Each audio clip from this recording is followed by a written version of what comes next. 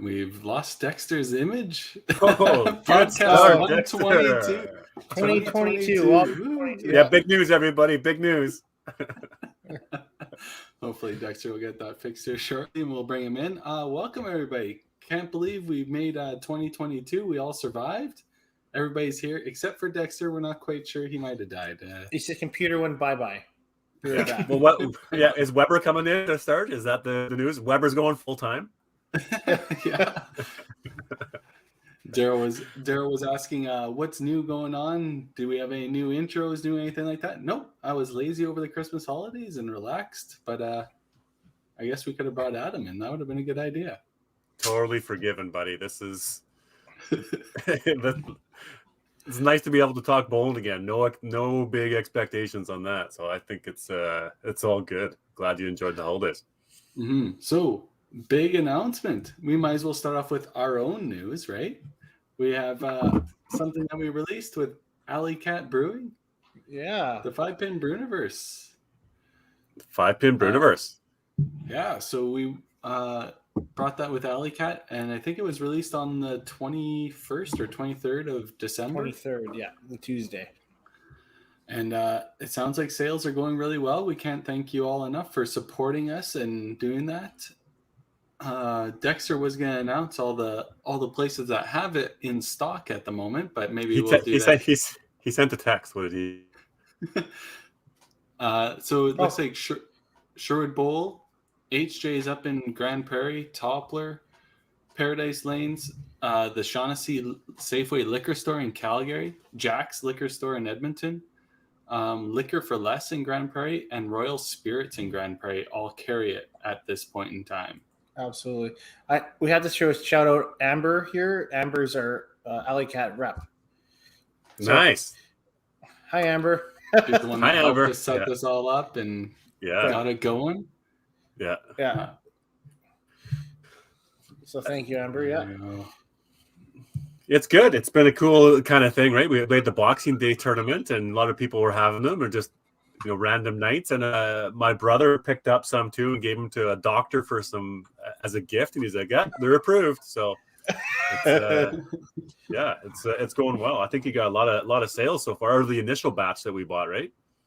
Mm-hmm. Mm-hmm. So good numbers so far to start. Obviously, the more bowling centers or more features or the more things we get it out there, people get used to it. Just becomes one of those staple items in other bowling centers. That's where we want people, buying it. Liquor store is great, obviously too. Then you got it at a home stock. But yeah, any way you want to buy it, that's we can help you out. Obviously, not out of province yet. That's still something that we're not out of Alberta yet. Obviously, people are asking, and how do we ship it, and how do we do that? We can figure out logistics, right? But I hear Amber's working on that right as we speak. Oh, nice. Yeah. I'm totally kidding. People just throwing her in on the chat. Yeah, yeah. Well, let's bring her in.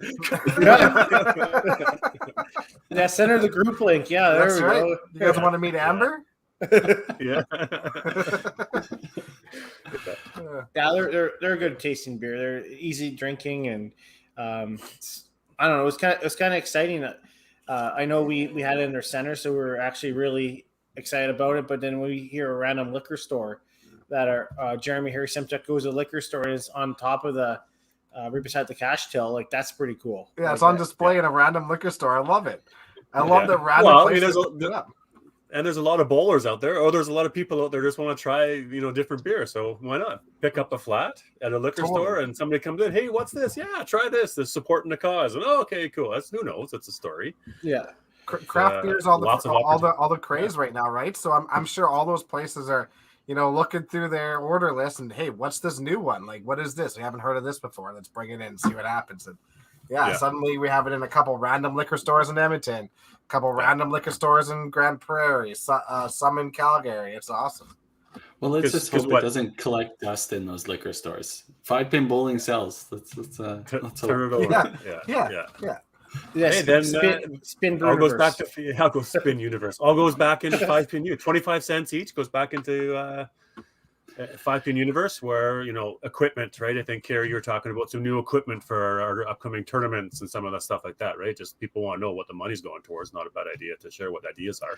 Yeah, exactly. So we spend the extra funds that we have from, obviously we got to pay like the programs we use in order to bring this podcast to you guys weekly, and Patreon and all that good stuff. But whatever left goes back into some type of bowling product. If it's us investing in cameras or tripods or microphones for the podcast guys so they sound better, or stuff like that to help better production, is where this is all going and what this whole thing was started about. And the production of like the 5-Pin Universe Pro League and the 8-gamer and stuff like that. That's where all this funding goes to, that you guys are so kindly giving to us by either buying our beer or being a part of patreon.com, right? Yeah, we just ultimately want to just promote the game as much as we can. And yeah, you guys are Carrie, you've done awesome. Daryl, you've done such a great job with all your merchandise and stuff, and Tim does the great job with the guests, and it's awesome. It's just the more we could build this up, the better it is for the game, and we need something like that right now. So yeah. Mm-hmm. Let's chat a little bowling. What did happen over the holidays? Where did we leave off on Pro League? Let's go there. We had what was the last match of Pro League that we did? That would have been match number 8. You can find it on our YouTube page and watch it live, or go to 5pinuniverse.ca and look under the events. And so actually, I'll bring that up and we'll see. It's been so long. I don't even remember. I know it is. Sorry, Tim. Yeah, I know it is. Daryl's team had a record score. That's what he wanted to talk about. Oh, that's right. There we go. No, just stroke his own ego. Yeah, there we go. I knew that wasn't the last match of the year, was it? December 19th? Oh, maybe it was December 19th. Go figure. Yeah, there we go. Oh, the stats been updated. Maybe that's what I wanted to segue to. No, individual stats are not updated yet. Victor, so, who's doing that? Come on, man.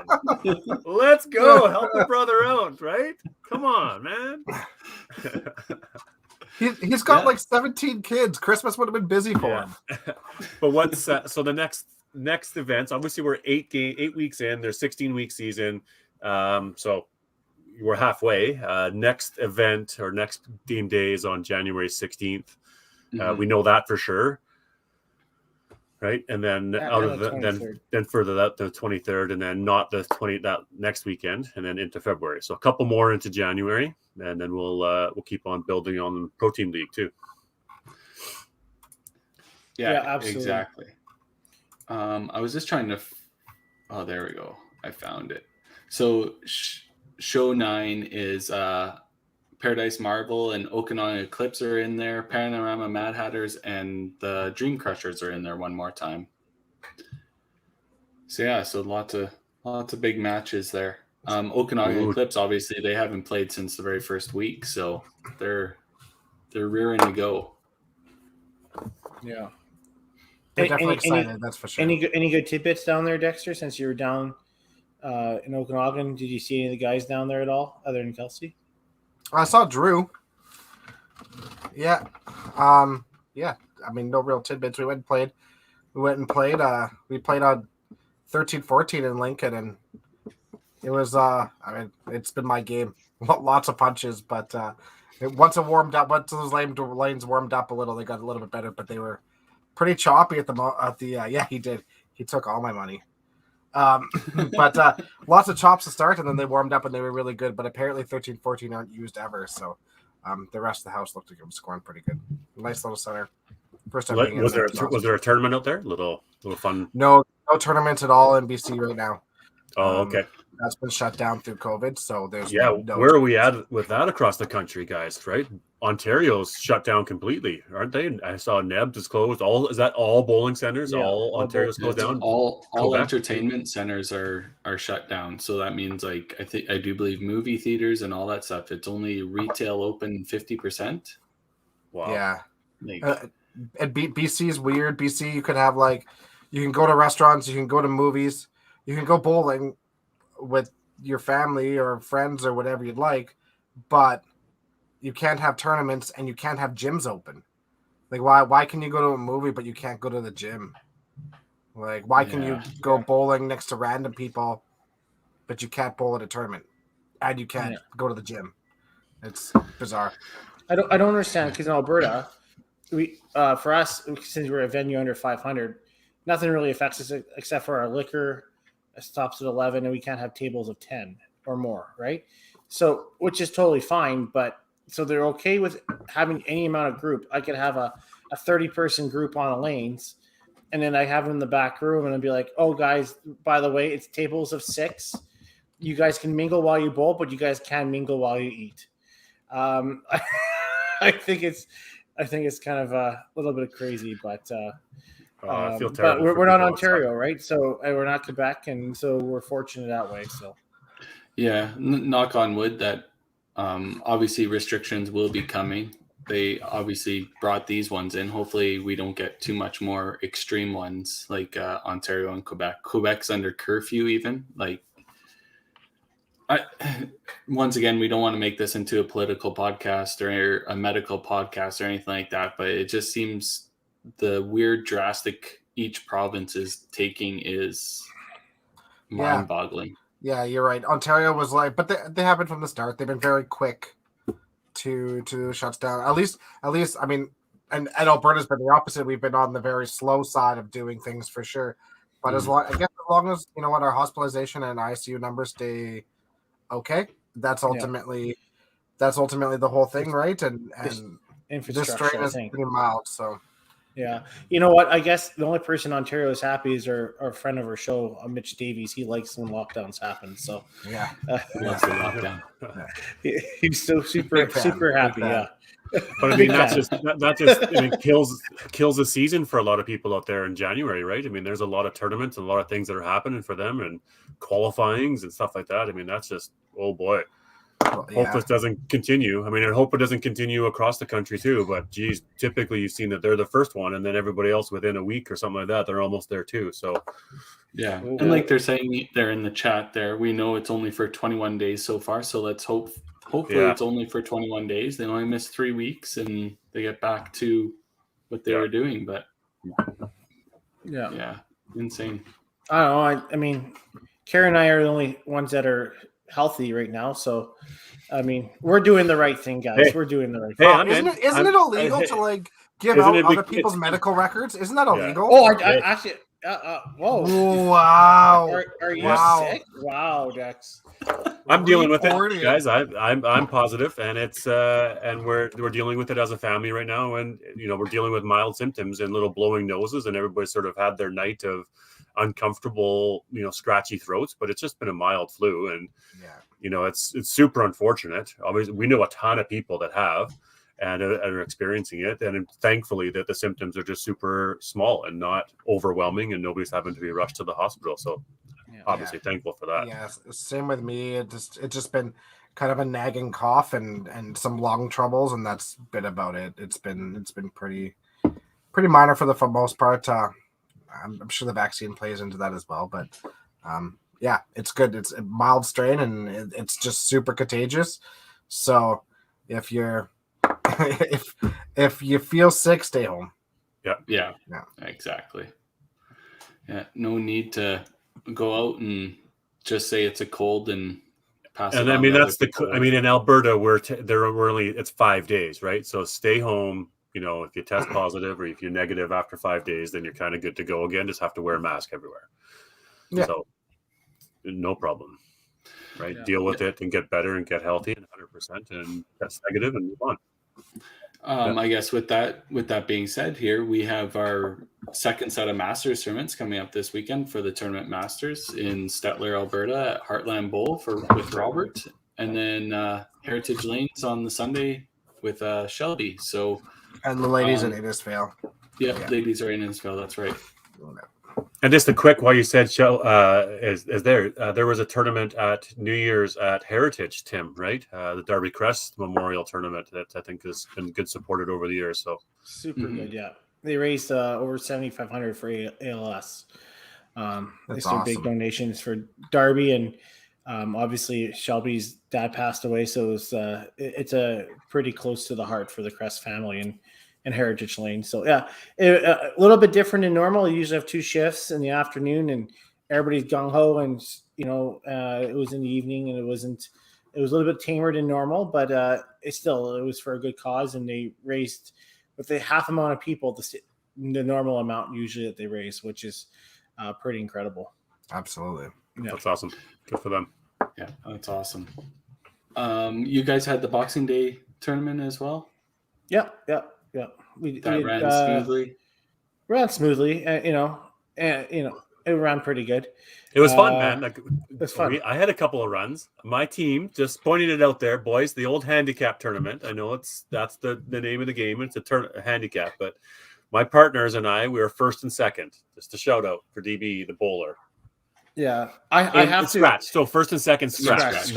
Not handicap. First and second scratch. I do want to point out Daryl played with Johnny and Matt, both legends of the game, right? So Schultz, I was higher than, and Johnny was big. Johnny was on. Johnny was very good. Yeah, Johnny is like his no tap tournaments. That's his MO. Yeah, he just Web.com. He loves his no tap tournament. I was gonna say it's a no tap tournament, so Johnny's gonna be lights out. I do have to say, pick your partners wisely, boys. Cindy both shifts, and she outplayed me one shift, and she actually beat me scratch. She played that well. Awesome. She played really well. How have you not trained her to be not botchy style? Like I don't I don't know. Let's ask Dexter. How's Kelsey a botchy? You know what? Yeah, exactly. What's with you guys? Like, come on. She it's the way chooses that though. That's the way Kelsey can bowl both hands, both feet, any combination. Yeah, this is just the one that she was most consistent on. Yeah. I don't know. One thing I learned about Cindy is that if she wants, her mind's made up on one thing. We're just going to work with what she wants to do. I'm going to chip away at her. Throw off the wrong foot. Yeah. God bless her. We'll make it work. Cindy, make a change. Work on your left foot slide. I think you should make that change. I think it's important. Yeah. I think I have to pick her up off the floor because I don't think she's coordinated. I don't think sounds like she can tell you that. Yeah. Anyways. Let's pay some bills here before we bring in our special guest. One more thing. Oh, yeah. Sorry, yeah. Tim. How did you like your Secret Santa gift? Oh yeah, it's fantastic. Thank you. Yeah. Did you want to share it with the podcast group? What? No, I don't actually. I'm good. It was so good though. Yeah. Okay. Tim wants to keep this all private. Wow. But, if you guys want to know what it is, just he'll throw people's medical histories, but he won't show us a gift. Oh man, I feel contagious just right now around you, so I'm leaving it as is. Hashtag show us the gift. So you can become a patron at patreon.com/5pinuniverse for as little as $2 a month to help support this podcast. And that's fantastic, Cindy. That's awesome. That's good. That's good. A reminder every time Tim goes to bed. I love it. And then we want to thank All Star Bowling Sales. They're once again our sponsor of the week. They help us out. And Alley Cat, obviously, they helped us bring the 5-Pin Bruniverse. So they're considered a sponsor by me, at least. And we'll play All Stars. Oh, actually, let's do. You guys want to do a giveaway? All Star Bowling Sales will do a giveaway. What's the hashtag we're going to use this time? Hashtag show us the gift. Yes. I don't have it. Never mind. Well, apparently that's not. No. So there you go. Hashtag show us the gift. We'll add you into the All-Star draw. And you'll be Jesus Christ. Jesus. You better come up with something. Maybe it doesn't have to be exactly what it is, but there's going to be something. I can bring out the tequila. Think of something. Yeah. Okay, we'll run the commercial and then we'll bring in the special guest of the week.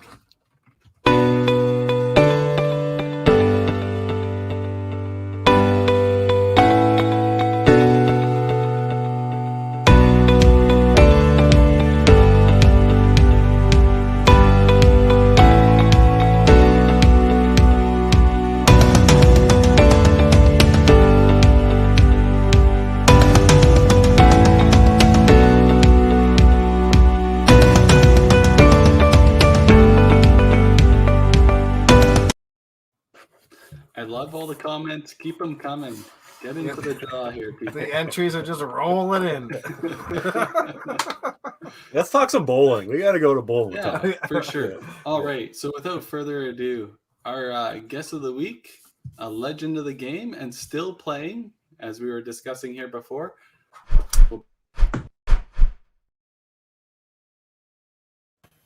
Mr. Lloyd Wiens. Welcome to the show.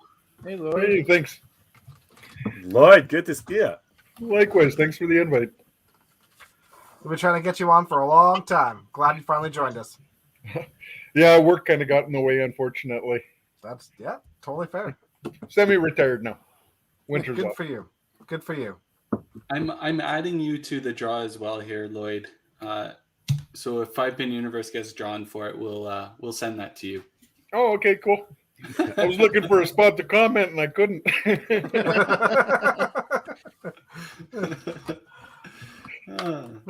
So how's life for you, Lloyd? How are things out there? Doing well. Well, with COVID and everything as well as can be expected. Fortunately, we can bowl and get my exercise that way and have a lot of fun. Hey, by the way, what's wrong with bocce style? Yeah, what's wrong? I knew it was in the notes coming up at some point, Lloyd, so that's why I was also just doing one of I've these. done so much damage to my left Yeah. knee, I have to play that way. Yeah. Do you play that permanently now? I play it permanently now. My son got me back into the game. I blew out my knee good and proper the second time, and I hit a bit of a depression, and I walked away from the game for probably about 5 years. And my son convinced me to come back and play, and it was the best feeling I could have possibly had walking back into the alley and seeing a whole bunch of old friends again. It wasn't to play the game; it was just seeing everybody again. You know, it really tugged at my heartstrings, and it was a really good feeling. And I played bocce style for probably about 3 years, and I've got knee braces for both knees, but I only use the one for the left knee because that's the bad one, so to speak. And all of a sudden, for shits and giggles, so to speak, I tried playing the way I used to, and all of a sudden I found I could play, and I didn't have any pain at all. And I was, oh, hey, maybe, just maybe. And I started playing and started practicing and whatnot, and be darned if I didn't make another men's team. And we finished second. Brad Mones came alive and killed us in the final, but I got lucky and I snagged one more All-Star, and it was a nice moment. It was a nice way to come back and finish, so to speak. But now I'm trying to do a bocce style. I'm having 2 1/4, having fun with it. So yeah, that's what it's about. It's definitely doable, and there's definitely some merit to throwing it that way too. Like other people have said in the comments there too. There's no right or wrong way as long as you can master it, right? As long as you're consistent. Yeah, that's all it takes. The one thing I've always found throwing off the right foot is that it's really hard to drop your shoulder as much. It's almost a little bit easier to stay over your shot and square than it is.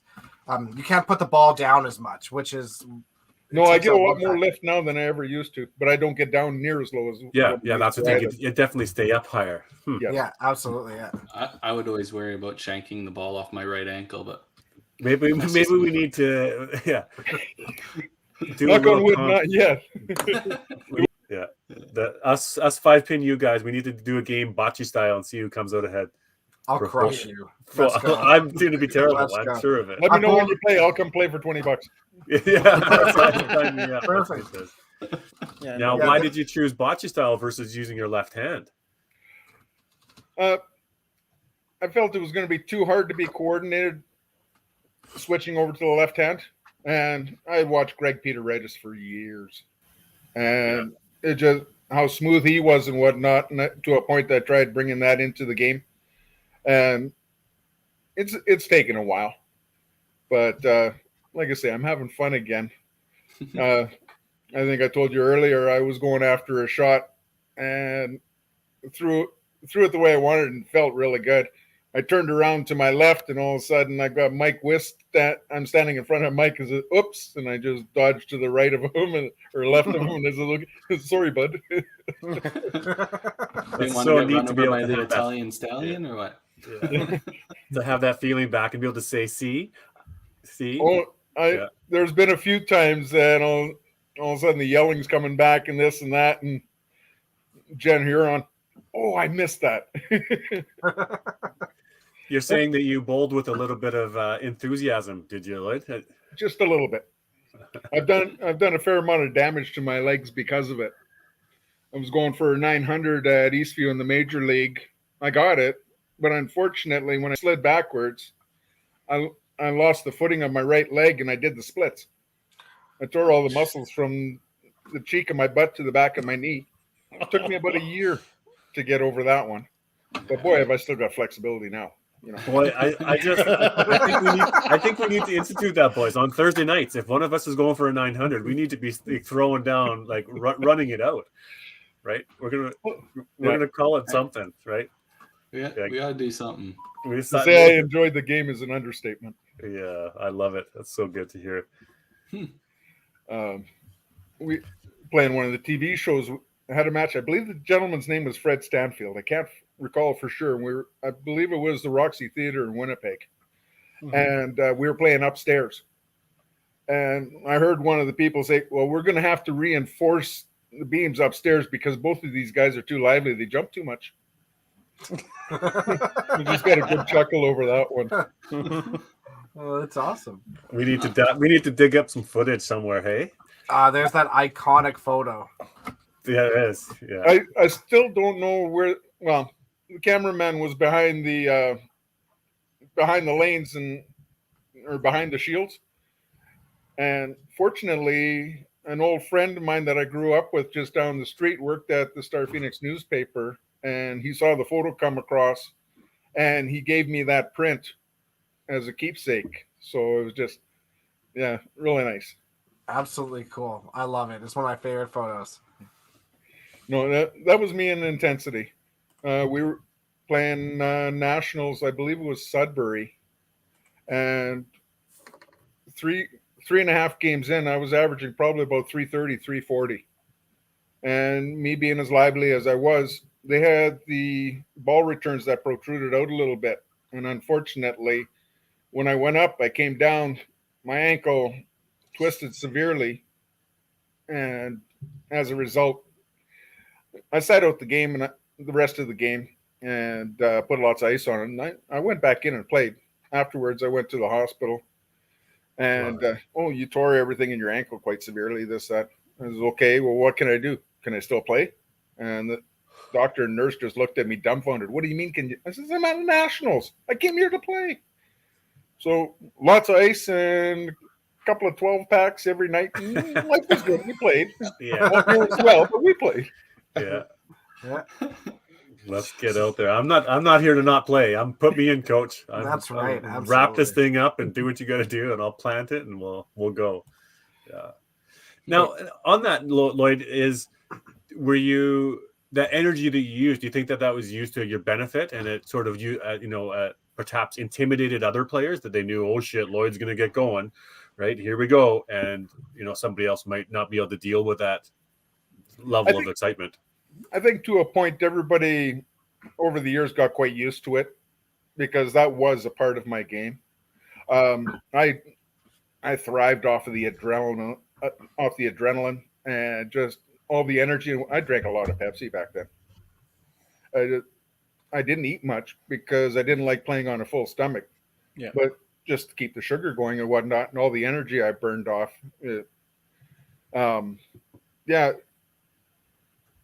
If I didn't have that energy, you knew I wasn't playing well. But it was fun. I had a lot of fun jumping around and whatnot, and people knew. Well, like I had asked Mike, because you remember I do this kind of stuff, right? He says, "Yeah, that's why I hadn't moved yet, so to speak."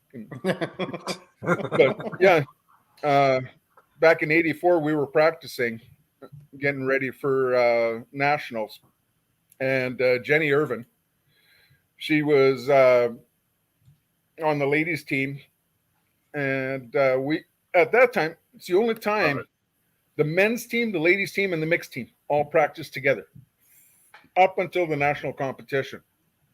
I've never been associated with another team event like that where everybody practiced together.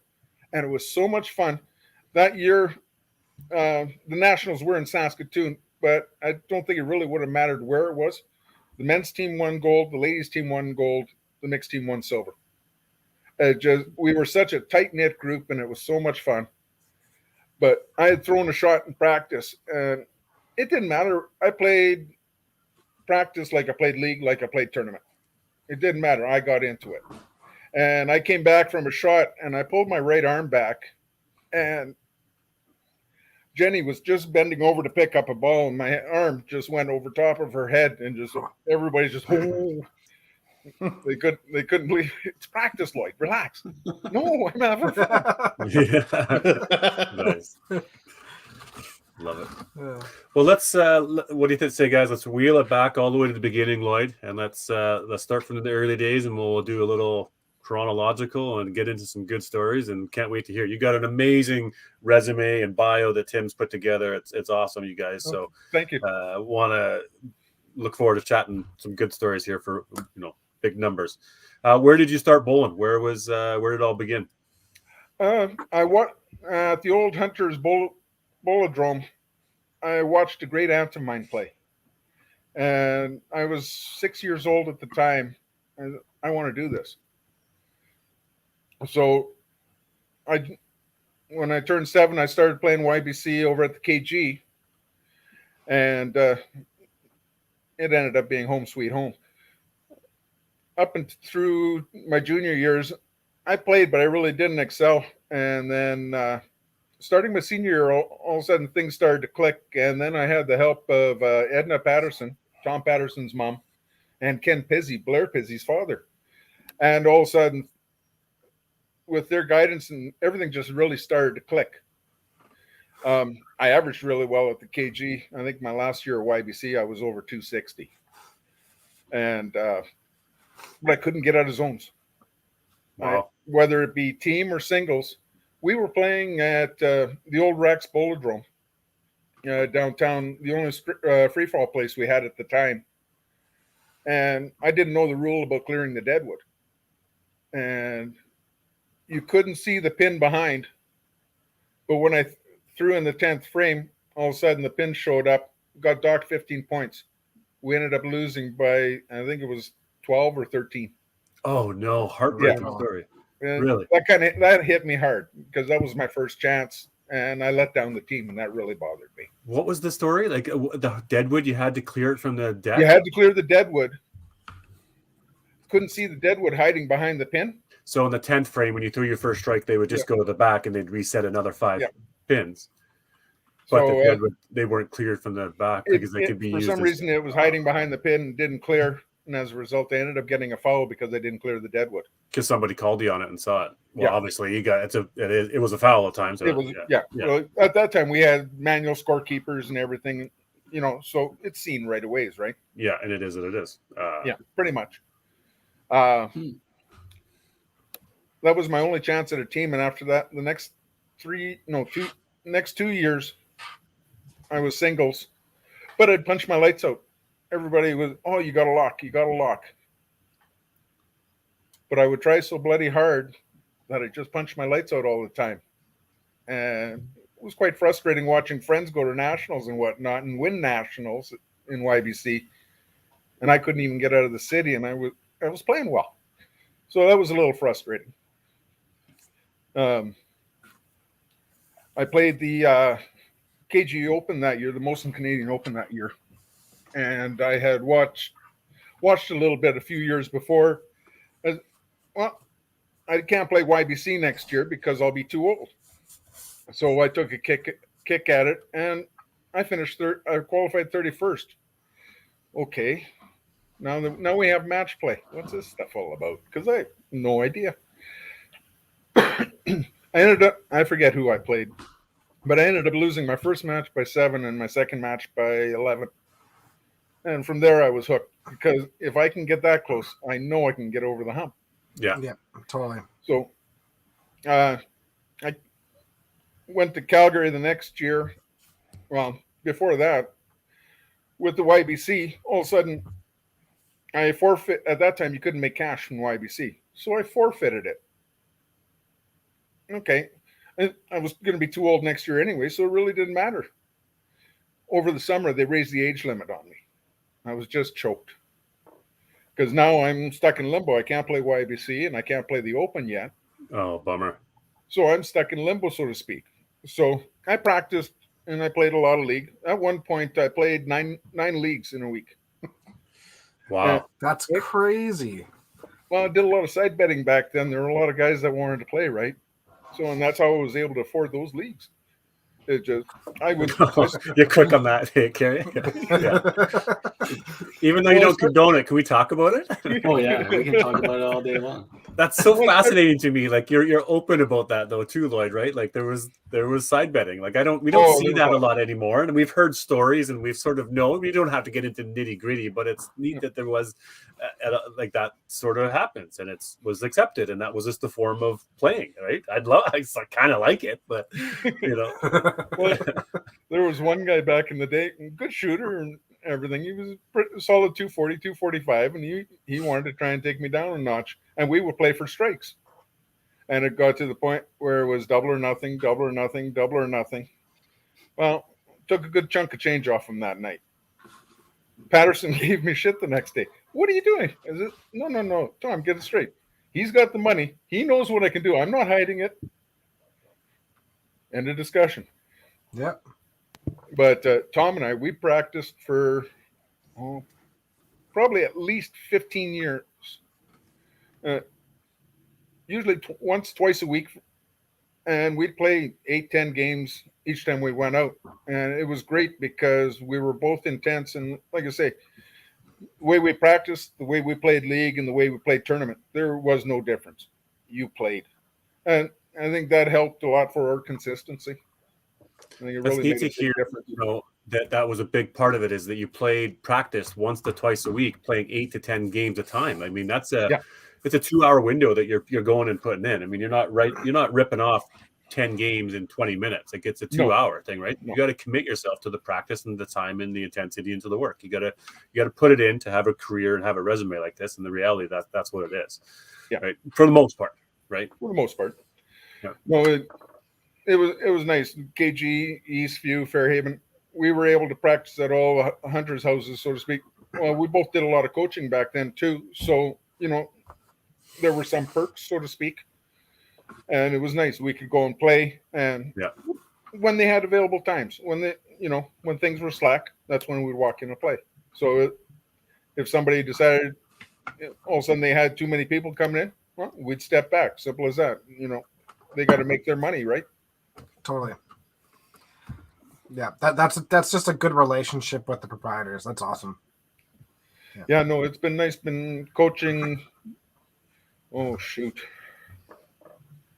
Well, probably close to 35 years now for YBC, and then for adults, I've been coaching since Janet Peters gave me shit and says, "Okay, you can't bowl anymore. It's time to start coaching." So I went and got my level 2. That's awesome. Kind of glad she gave me shit.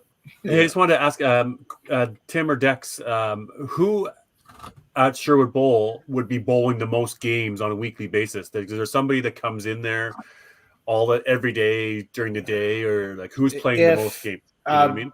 Like before COVID, I would either say Gary Goulash would be, or Derek Gall. Honestly, Derek throws a lot of games. Yeah. Right. Yeah. He doesn't as much lately, but like before tournaments he will. Yeah. But yeah. There's not a whole lot of people that actually do that anymore, though. To be honest with you. Craig Clark. Yeah. but some random. Ask George and Arlene actually. That'd be yeah, for sure. George and Arlene 100%. Yeah. They're like 4 times a week. But you wonder, like, is there other people at other bowling centers? Or is there people doing what Lloyd was doing? Or is there, I don't know how much the Titcats get a chance to go down and play at Bonnie Doon, or at one point in time maybe they did. Or is there people playing Dunis, or guys playing? What's the most games that they're playing? It'd be kind of interesting. Not so much that I'm aware of. Not around town here. There's a couple of guys that'll go and practice maybe once a week, but other than that, back to how I used to practice and the amount I used to, there's nobody that dedicated that I've seen in quite a while. Most of the time, though, a week before or so, they'll start throwing a little bit more just before a tournament. Yeah. But other than that, no, you don't. But that's why my knees are the way they are too, right?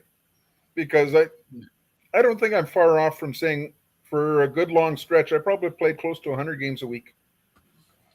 Yeah, that's a lot. That's- 3,000 that's a games lot. and That is a 3,000 lot. games in a season, not really including a whole lot of tournaments and stuff in there either. Like that's a lot. I wanted to be one of the best. You know, Totally. I was fortunate. I got myself up there, but it comes at a price.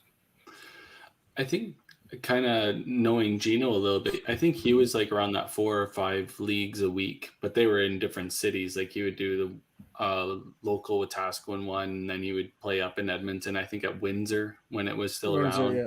Yeah. And then I think he was still playing in Red Deer and stuff like that. So Gino played probably 3 or 4 in different centers, but for a week thing, I played 3 leagues in one night, but that was the most I ever played in a week. At one point, I was playing 3. Yeah, you guys played quite a bit. I was playing Thursday, Wednesday, and Sundays, and then plus tournaments, right? But I mean, I think nowadays a lot of us play the extra league for the extra practice instead of actually dedicating our time to real practice, right? Yeah, that's what that extra. It's the repetitions of that second night that you get. Yeah. But at least as long as you spread it out a little bit, eh? You know, if it's Monday, Tuesday, well, then you got a 5-day gap. You're not to a point. You're not really doing yourself any favors. If you can keep it Monday to Thursday or Tuesday to Friday or whatever, at least then it's not such a big gap in between. It's a lot easier to hold your timing too, right? Totally agree. Yeah, that's where playing Thursdays and Sundays now is like really. It's a nice balance for me. And then if I'm not playing very well, then some games in between or some practice sessions in between. But yeah. And I like that Tuesday morning, practice if you can, or even a Thursday morning practice before league. Isn't a bad thing either. Yep. No, well, how many times do you play a tournament first thing in the morning and whatnot? It's not a bad idea for conditioning. To go and practice at some point. I feel like with the Open qualifying coming up, and you guys like get your 8 games for Masters right on the Saturday, Sunday, so you get your big sets in. I don't get to go and play 10 games on a day. So I'm going to have to go and do that before the Open comes up to go and play a 10-game block. Right. I think that's important to do just to make sure that you're like, okay, this is going to take you 5 hours or 6 hours and condition the body a little bit to get used to it. Yeah. When are you going to find the time? Difference in timing. Yeah. When am I going to find time to play 10 games? But still, I mean, it's not going to take me 5 hours at a time, but just 3 hours, maybe 2.5 hours. Okay. It's more grueling mentally than it is physically. Yeah. Because look at the time you got it spread over. It's not like you're banging off 10 games in an hour and a half. So it's not going to be that near as physical. But I think it's the mental of like counting your number, shooting for a 27 or 2,800, right? Type of thing. So like, I just sort of getting used to how you're playing and what number you're going for and the mentality of a series, right? You guys play more Masters. You play that a lot more 8-game blocks. I don't know. Like, I guess I've never looked at the number of games and expected myself to be like, I have to be in shape for that or whatever. I have issues. I'll be honest with you. I have issues on one-on-one matches, and I really have to take my time because I'm completely out of shape when it comes to that aspect. But when it comes to qualifying or 3-on-3 on a lane or 3-2 or maybe 4-4, whatever it is, I'm actually just focused on the game itself, right? And then there's the next one, and then there's the next one. I'm not thinking, okay, I have 3 games left or I have 5 games left. You're always focused on the next one, and then I try to have a goal in mind, right? And then there's certain parts where it's like, the 8th game is like, okay, this is my goal now, right? But to come in, I had such a hard time when I came out of YBC, and all I had to have a number in mind to try to shoot it because I felt it was easy to get derailed when you maybe had a bad game or 2 to start, right? Just try to trick your mind a little bit differently. That's how I've been a lot different that way over the last couple of years. Myself, I never bothered looking at if you're playing an 8-game qualifier. I never went to look at the scoreboard to see where I was at because I walked out there and I'm going to throw my best shot, see what I get, and we're just going to keep doing it over and over and over. Yeah. I'm going to give you guys my best. Come catch me. And I wasn't too worried about what anybody else was doing because I couldn't control it anyways. Yeah, So, I totally agree. I went out there and I had fun. Like you were saying before about if I used all the energy and whatnot as a psych or no, because if you chose to watch me, that was your choice. I'm out here having fun and enjoying myself and doing what I love. Yeah. And I showed it a lot more than others, but Yeah. it worked for me also. The other thing is too, I mean, a lot of people out there, you don't have to look at the score to know where you're at. A lot of us can just tell by people's body language and mannerisms. If Lloyd's running off a bunch of strikes, he's, well, obviously by his mannerism, if he's jumping and all that, he's playing well. A lot of us don't have to look at the score to know where we're sitting. We have an idea where we are. Yeah. And you also kind of have a glance of watching people with the scoreboards up above. Like you kind of understand after 4 or 5 games, there's a couple of guys, you get a little high five from a guy. You get like, okay. That's on the other side of you, so to speak. You have an idea of what people are doing. You know what's going on. There's one guy, when I was qualifying, there's one guy I hated seeing in my qualifying shift. That was Mark Jackson. Because every time I would throw a 400, and I probably did when he was playing, I did it no less than 10 times, no less than. He would beat me every time with that 400. I got to the point where I didn't want to throw a 400 because then I stood a chance of winning the single spot. That's funny. And it was always Jackson. Good old Mark Jackson. Always. Speaking of Mark Jackson, where are you? You're on this podcast. Get a hold of us. We're trying, buddy. We're trying. Yeah. Lloyd's on the podcast. You can do it too, Jackson. Right on. He's out in the Atlantics hiding. Yeah. He's fishing. Oh, that's awesome. So when you started getting some success, good one, guys. Hey, 2023. Got to warm up the words. Yeah. Have you had that list long? Yeah. What, like the Open? Obviously, let's go to the Open. Some of the qualifying and the teams and making those. You got a pretty cool stat here about the number of teams and the position that you played. So, how was your experiences Open related? The very first year, I could have played in 1983. But I chose to sit back and watch. And that year, there were so many men and so many ladies that they had to separate the two. Ladies played in one house and men played in another. And I hate to say it, but I watched the men on the Saturday and then I watched the ladies on the Sunday. And just from the way the ladies reacted and the way they went about their business and everything, I learned more from the ladies than I did from the men for that tournament. And in the city in Saskatoon at that time, I hate to say it, but I had more respect for the ladies than I did for the men. They scared me. You had Jenny Irvin, you had Terry Stewart, Kathy Daku, Michelle Fossey Edmond. The list goes. Val Tway. The list goes on and on. There were so many great ladies players at that time too. Well, Jenny Irvin, she won the KG, the Molson Open, probably about 10 years before I did, at least. But Terry Stewart, I believe, won it once. Nice. And to be able to play with all those people, it was just you had no choice but to get better, just to stay with everybody. There were no less than 40 guys from when I qualified in 84 through to about early 90s. There were probably no less than 40 guys that could make the team at any given time. And even all the cash tournaments and whatnot, you had the cream coming out all the time. It was exciting to watch when I was in Edmonton for the tournament here a little over a month ago. It was nice watching everybody play again. I really enjoyed. Big numbers. But I mean, in the Open times, I mean, that's huge numbers out of your zone, 40 people trying to qualify. And obviously you keep making it year after year. Now, did you mostly, men's teams type of thing? Did you play all men's teams? Yeah. I never made a mixed team. I missed in 85. I believe it was 92 that I missed. Other than that, until I had problems with my knees, I played every year.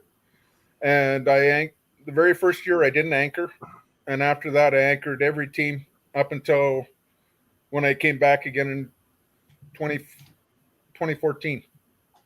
I didn't anchor that year. And I thrived on the spot. Give me that ball. If we need the mark, I'll get it. No problem.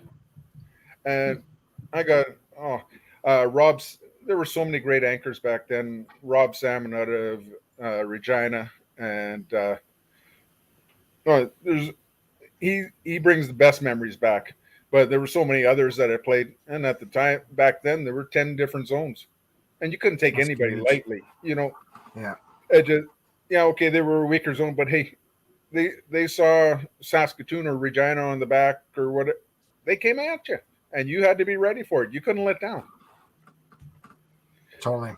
It's kind of neat to hear, like, over these 122 podcasts, we talked to all these people about the Open and stuff like that, and like Saskatchewan has you had 10 zones. How many do they have now?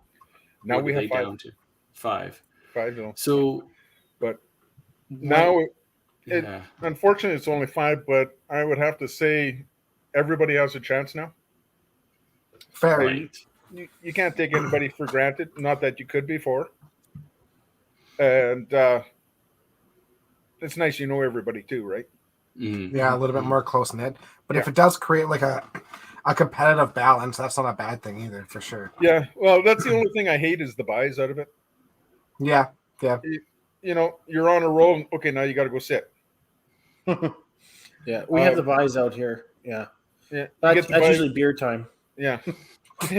Well, we're allowed to drink on our buys now. Yeah, unless you're playing first thing in the morning. You really it kind of bites because everybody else is warmed up. Now you go walk in, you're cold, so to speak. Okay, now you got to perform. But you also get an extra hour of sleep. True enough. Some need it. It all depends if the hospitality room's open or not. Yeah. I don't know. Our open. How many games do you guys play at your open now? Because for us, we played. Played 15, 12 with the buys, without the buys, so to speak. So we played 20, 25 with the buys. Okay. So I'd our love 3 to play days, that many more. It brings the cream to the top. It is a grind. You start at 8:30 in the morning, and then all of a sudden you're done at 10:30 at night. So that extra hour of sleep is fantastic. Yeah, it really is. Yeah. Yeah. So I don't mind the last buy because that way you can go grab something to eat, and the restaurant's not near as full. That's close to the hotel before you get there before everybody else. True enough. Yeah, true. Was there more zones in Alberta, Tim? No, I think we've always been 5. Okay. As far as I know, other just like for example, Northern has the GP5 and they have the Northern, but everybody's always been like that, Northern and Southern, and as far as I know, since inception, going through the history. Crazy. While you're at it, Tracy actually asked a question here. Lloyd, pop it up here, but if my computer always want to be slow. Would you love to? Would love to know what your most memorable match was. Holy cow, there were so many. I would have to say the KG in '89 when I won it against Jan Anderson. Okay. I think Jan had me about 85, 90 pins going after the first game, and I whittled it back, and then I exploded the last game and ended up beating him by 20 or 30 pins. And it was a really good match because I think it was 860, 890 or something like that. That's awesome. Yeah, no, it was great. One other match I had was with Jack Walsh. We were playing the Invitational at the KG, and it was the fourth match. Second round, so we had to play 4 games. After the first game, it was 303 to 305 or something like that. Second game was 311 to 315, and the next game was a couple more threes with only a few pins, and it ended up 1230 to 1210 or something like that. I was fortunate enough to be on top, and Jack Lefty, he taught me a lot of great things. But what was funny about that match was we were going into the fourth game. Everybody else had finished. They just started the next match, and they let us finish. they let us finish because, well, we don't want to wait. We weren't throwing many balls, but between the two of us, we took a lot of time. And that's probably why they brought the timers in at one point, was because of Patterson, Walsh, myself, and there were a few others that took lots of time. But the way I looked at it, I may have taken a fair amount of time, but most of the time I would only throw one ball. So, I can walk up there and throw 3 balls in more time than it takes me to throw one. So it all depends how you look at it, right? That's what Weber and Z always say. Yeah.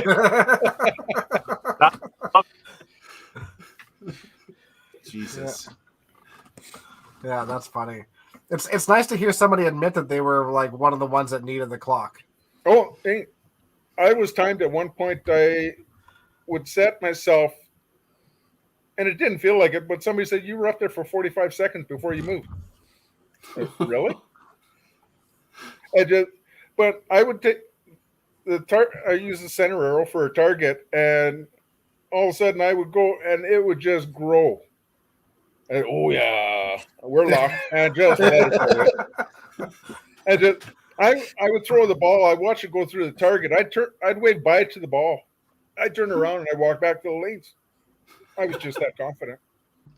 And not very often I get snapped. Well, the KG, the pins flew and whatnot. You get so many strings and whatnot, it's ridiculous. What would you be like thinking about when you're standing on the lane for 45 seconds? I was just taking in the target. I wasn't thinking about a thing. That's the one thing I did. All my mental prep and whatnot as I walked up to the approach. When I set myself, I worked my hand in so I got the proper grip that I wanted. And all the time I'm staring. It may take me 10, 15 seconds to get the grip I wanted. But the whole time I'm staring at that target also. And there wasn't much blinking involved. And all of a sudden we locked in, and then we went. And it just, like I say, you knew when you let it go. It just, yeah. No, guys hated me because I'd wave bye-bye and I'd turn around and I'd walk back. And they just hated when I did it. And I can't say it's blame them because, man, look at that cocky, arrogant guy go again. And it just, I was having fun. I wasn't doing it to psych anybody out or piss anybody off. It was just my way of having fun. Totally. 87 open bronze medal. Did you guys talk about that while I was doing a little camera change? No. That year was very special. Our men's team it was at the KG, where else?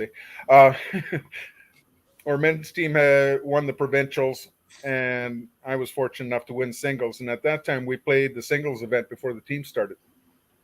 So, okay, guys, I don't want to go by myself because I want great group of guys, Doug Kachuk and his father, Wally Kachuk, and Ken Grischuk, Gabe Breck. Oh, I'm going to miss somebody. I know that already. You're doing pretty darn. Larry Veldu. Oh, shoot. There's one other. Oh, shoot. Anyways, we had so much fun at the KG. It was ridiculous. And went to nationals in Winnipeg, and I played well, but for whatever the team just couldn't get it going. And I was lucky enough to finish third or fourth, and I believe I won the first match to take the bronze. But that's the closest I could get in singles, unfortunately. I hated one-game matches with a passion. No doubt. I was fortunate. I'm something like 13 TV shows, something like that. And the one-game matches killed me. Give me a 3-game match. Let me settle in. Look out. But one-game matches, for whatever reason, I got lucky. I shouldn't say lucky, but Ken Norris and I played the very first TSN show. And the two of us went at it, and I think we had no less than 5 headpins each in our match, but a bunch of carryovers. We picked everything. I believe Kenny beat me by 3 or 4 pins. I think it was tied 5-5, and he got me on pinfall. And they played 3 more matches. And at the end of the day, they took us into the back, and we want to show you the best possible show for this format. Oh, don't. Yeah, it can't be us. Okay. Be darned if it wasn't the show that Ken and I had played. But because of all the carryovers and this is exactly what we wanted, eh? I hated reliving it because Kenny won, but he did earn it. Yeah, for sure. Because that's how we play our tour championships right now, is the pins game format. And Dexter's one to know that the only matches he's lost has been on 5-frame carry or 5-5 splits. So yeah. Oh, no kidding. Yeah. Am I right to say that's in Red Deer? The first 3 were, and the last one has been in Sherwood, and this year will be in Sherwood as well. Okay. That format's staying the same this year? Yep. Yeah. What other, Autumn Open, of course, does 1-game matches. All the step ladders for Masters and matches nationals. Yeah. Masters National. The step ladder is a little bit different. Masters Nationals is 3-game matches, right, Tim? Yeah. Best 2 out of 3. Sorry, Masters Nationals is a 3-game match? For the step ladder, yeah. During the round robin, it's 1-game matches. In the step ladder, it's 3. And then you advance. Oh, really? I didn't know that. That's a good idea. It's a race to 2, though. It's not total pinfall, right? Yeah. Best 2 out of 3, yeah. Still okay if it can kind of speed up a little bit. Okay. Yeah, but they're also taking top 3 instead of 5, right? So what's your thought on that, Lloyd? Is a top 2 or race to 2? Or is it like, no, it's a 3 match, it's a 3-game total? What do you guys think of that too, right? Obviously, TPCs, 3-game totals, but race to 2, it's kind of a neat format. Well, I don't know if you can see this or not.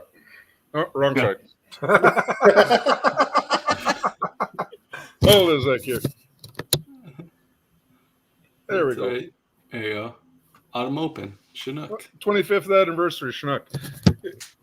I'm amazed it still fits. That was 97. But I loved that tournament just because it was an endurance. I considered it an endurance tournament. You play 8 to qualify.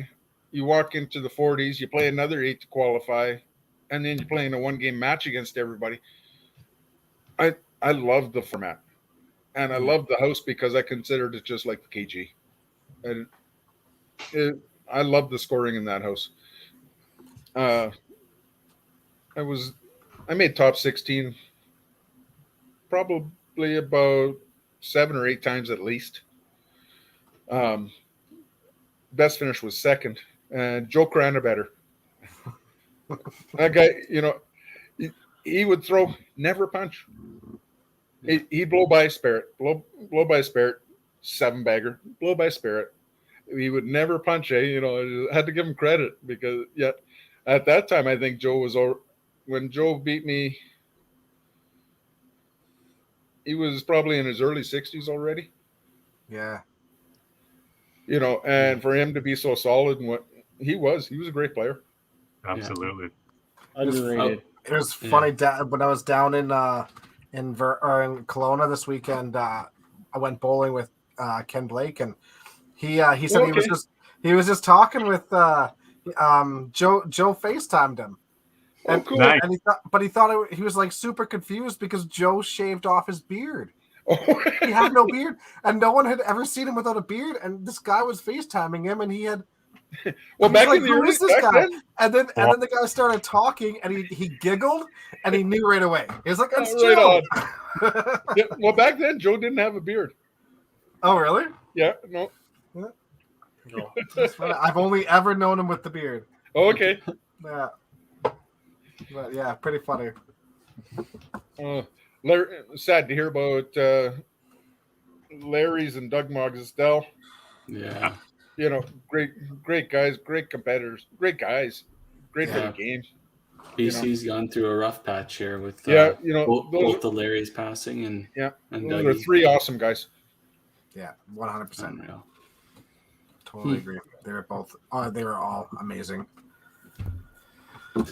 How about any more of just to wind up some open stuff there, Lloyd? some of the nationals. 7 open nationals is obviously a cool feat. Anything stick out there? Some of the different experiences you would have had over the years, and some of the neat things that. Well, the very first one in '84, unfortunately, was the biggest highlight. Got close a few times and finished third in a few other nationals, but that's the one that stands out to me the most. We had got one gentleman by the name of Chris Bonanni, and he was about 4'6", 4'8", and just a little fireball. He would throw the ball, and all of a sudden he pulled out his 6 shooters and started shooting like crazy and whatnot. Pins blow away. Cool.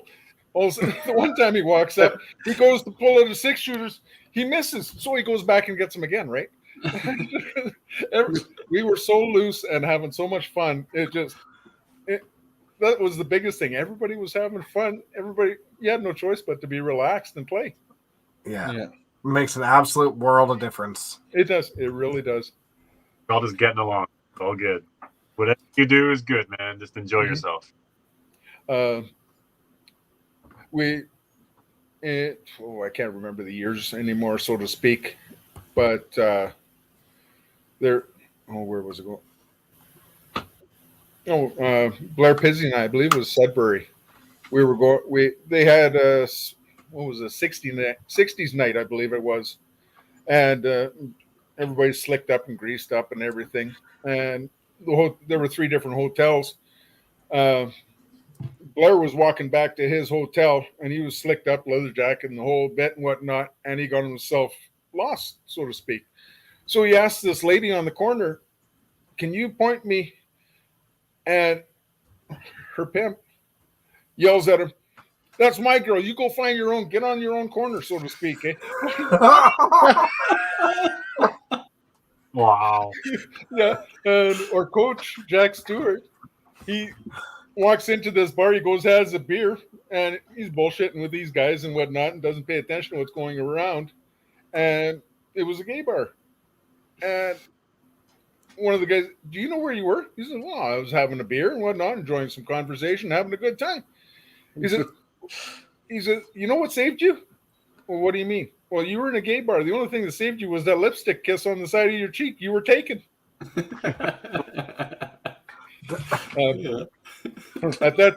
Back then, at that time, we used to have functions the Friday night, whatnot. And Blair and I, we had done a number of TV shows back then at that time already. And we knew we could walk up to Ernie Afghani's, who did CBC Sports, and we could talk with him. And Ernie happened to come up to Blair and I, "Hey, who do you think's going to win the men's match tomorrow?" And unfortunately, we were standing right beside the Southern Ontario team, right by their table.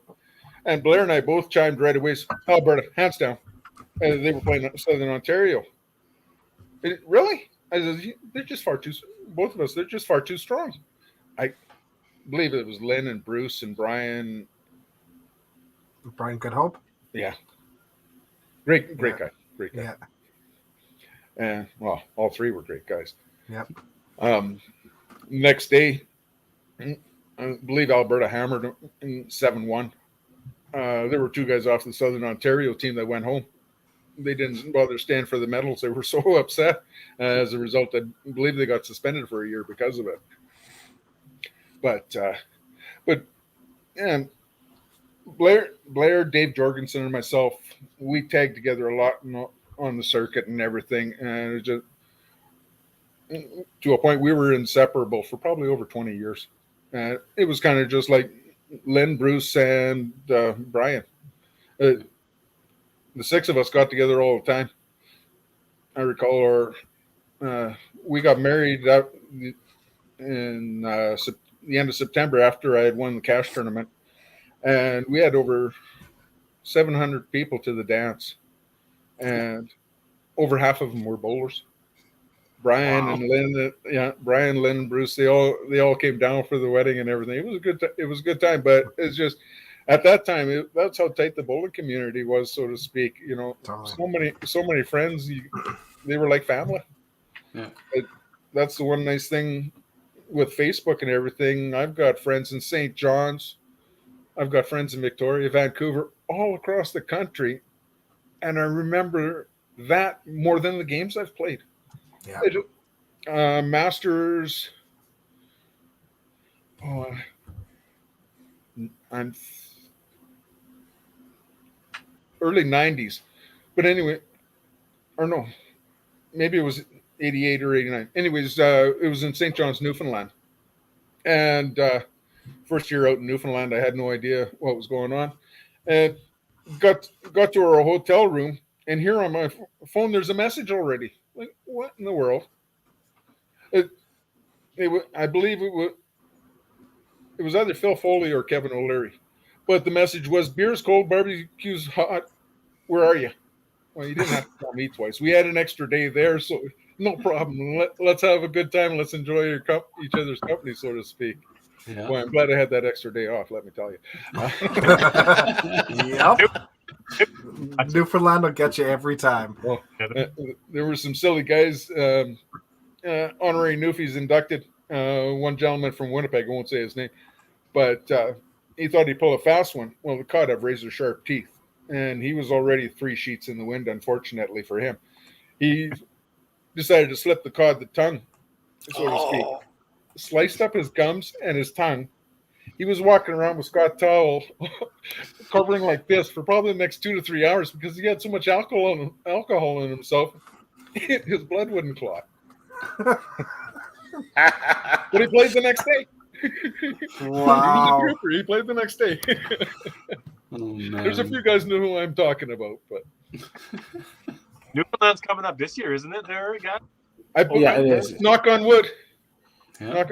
An old friend of mine, Jerry Ash. Yeah. Jerry was able to play 5 decades, and nice. he was always pumped about that, so to speak. So I'm knocking on wood. Maybe I can too, because if I can be fortunate enough to make a team, it'll be 5 decades for me this year too. That's so awesome. That'd be cool. I know that was something Lynn was always pushing for too, and Lynn got his 5 decades, and he was pretty stoked about that. I believe it. Yeah. I believe it. You know, to have longevity in the sport, you don't see a lot of guys doing that. Yeah. It was really nice to watch Blair play when I was there for the cash tournament. Yeah, it was awesome to see him playing again. The only thing I wish I would have gotten a picture of Lynn, Bruce, Blair, and myself. The 3 of us haven't been together for probably 20 years. Right. It would have missed on my photo op, so to speak. Jen Huron's giving me shit for that. I thought about that. Yeah. Shoot. Missed one. It'll happen again. It really doesn't, right? I mean, there's at any age you can have success. Just got to put your best foot, get there. Mm-hmm. Totally. It's just one shot at a time. It all depends how you talk to yourself more than anything. Yeah. It's funny. Again, going back to my little trip out to BC there, but there's a group of like older people that play every Sunday morning. They go in, they play 8 games. Alan Byrne, Ken Blake, those guys, and then there's like 4 or 5 other older people that play too. And there's a gentleman, I think his name was Bill. He's in his 70s, and 5 years ago was averaging 210, and he's played so much and he's worked so hard at it, he's averaging 250 something now. Cool. In his 70s, he has improved that much in his 70s. It's Ken Blake awesome. Or Ken Blackie. So that's the thing is like, okay, so I've always called him Ken Black or Ken Blackie. Or Blakey, right? Okay. But he called and left Kelsey a voicemail, and he said, "Hey, it's Ken Blake here." And okay, he's never corrected me, so I know. And we both sat there like, "Wait, what?" That's the great Blake as well. Well, he played. Was he in Edmonton or was he in Calgary that I saw? Calgary. He was in Calgary. Yeah, I know. I've seen him in a tournament this year, and I was cool. He's still playing. He's hoping to get to Regina too. Awesome. Yeah. I'm gonna play it for the first time in a long time. Good. Yeah. Well, I just want to go have some fun.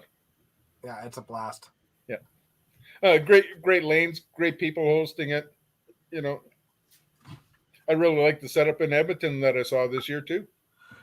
Sean, you could have told us this like 20 years ago. Like, but yeah, we were all like flabbergasted. It's Blake. Yeah, but it's spelled Blacke. I thought. It is. It is. Yep. Yeah. D silent. Yeah, it's a very The silent C C. is silent. Yeah.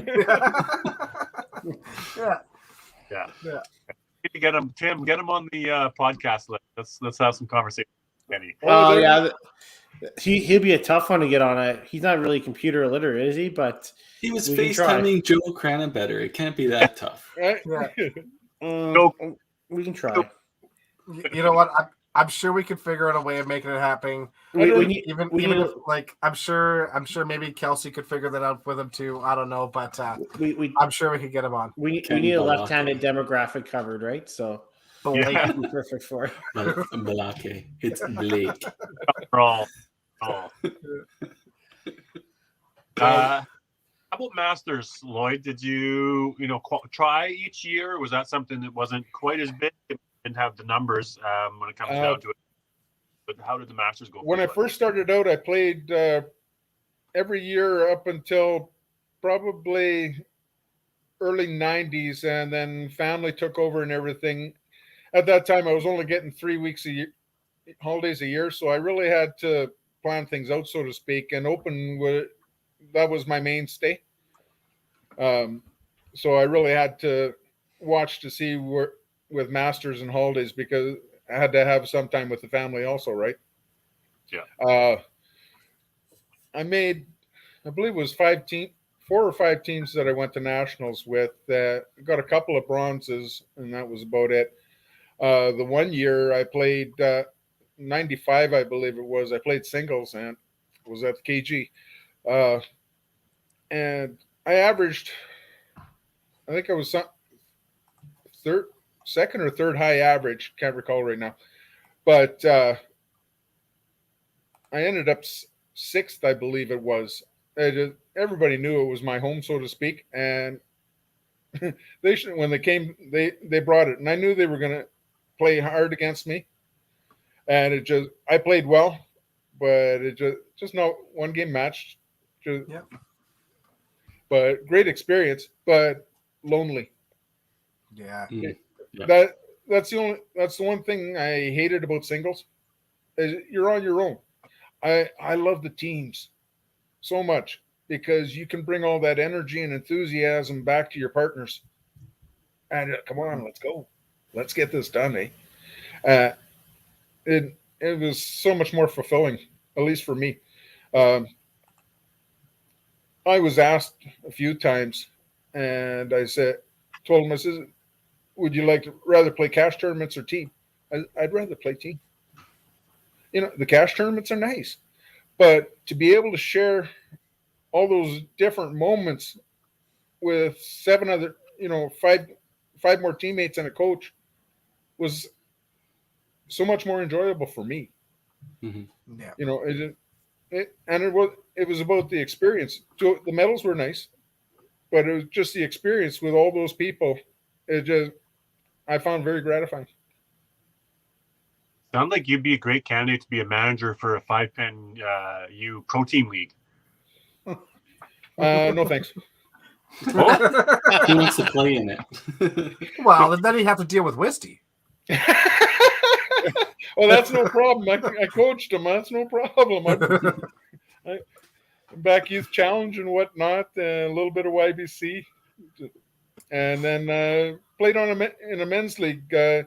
He was on the team when my son brought me back.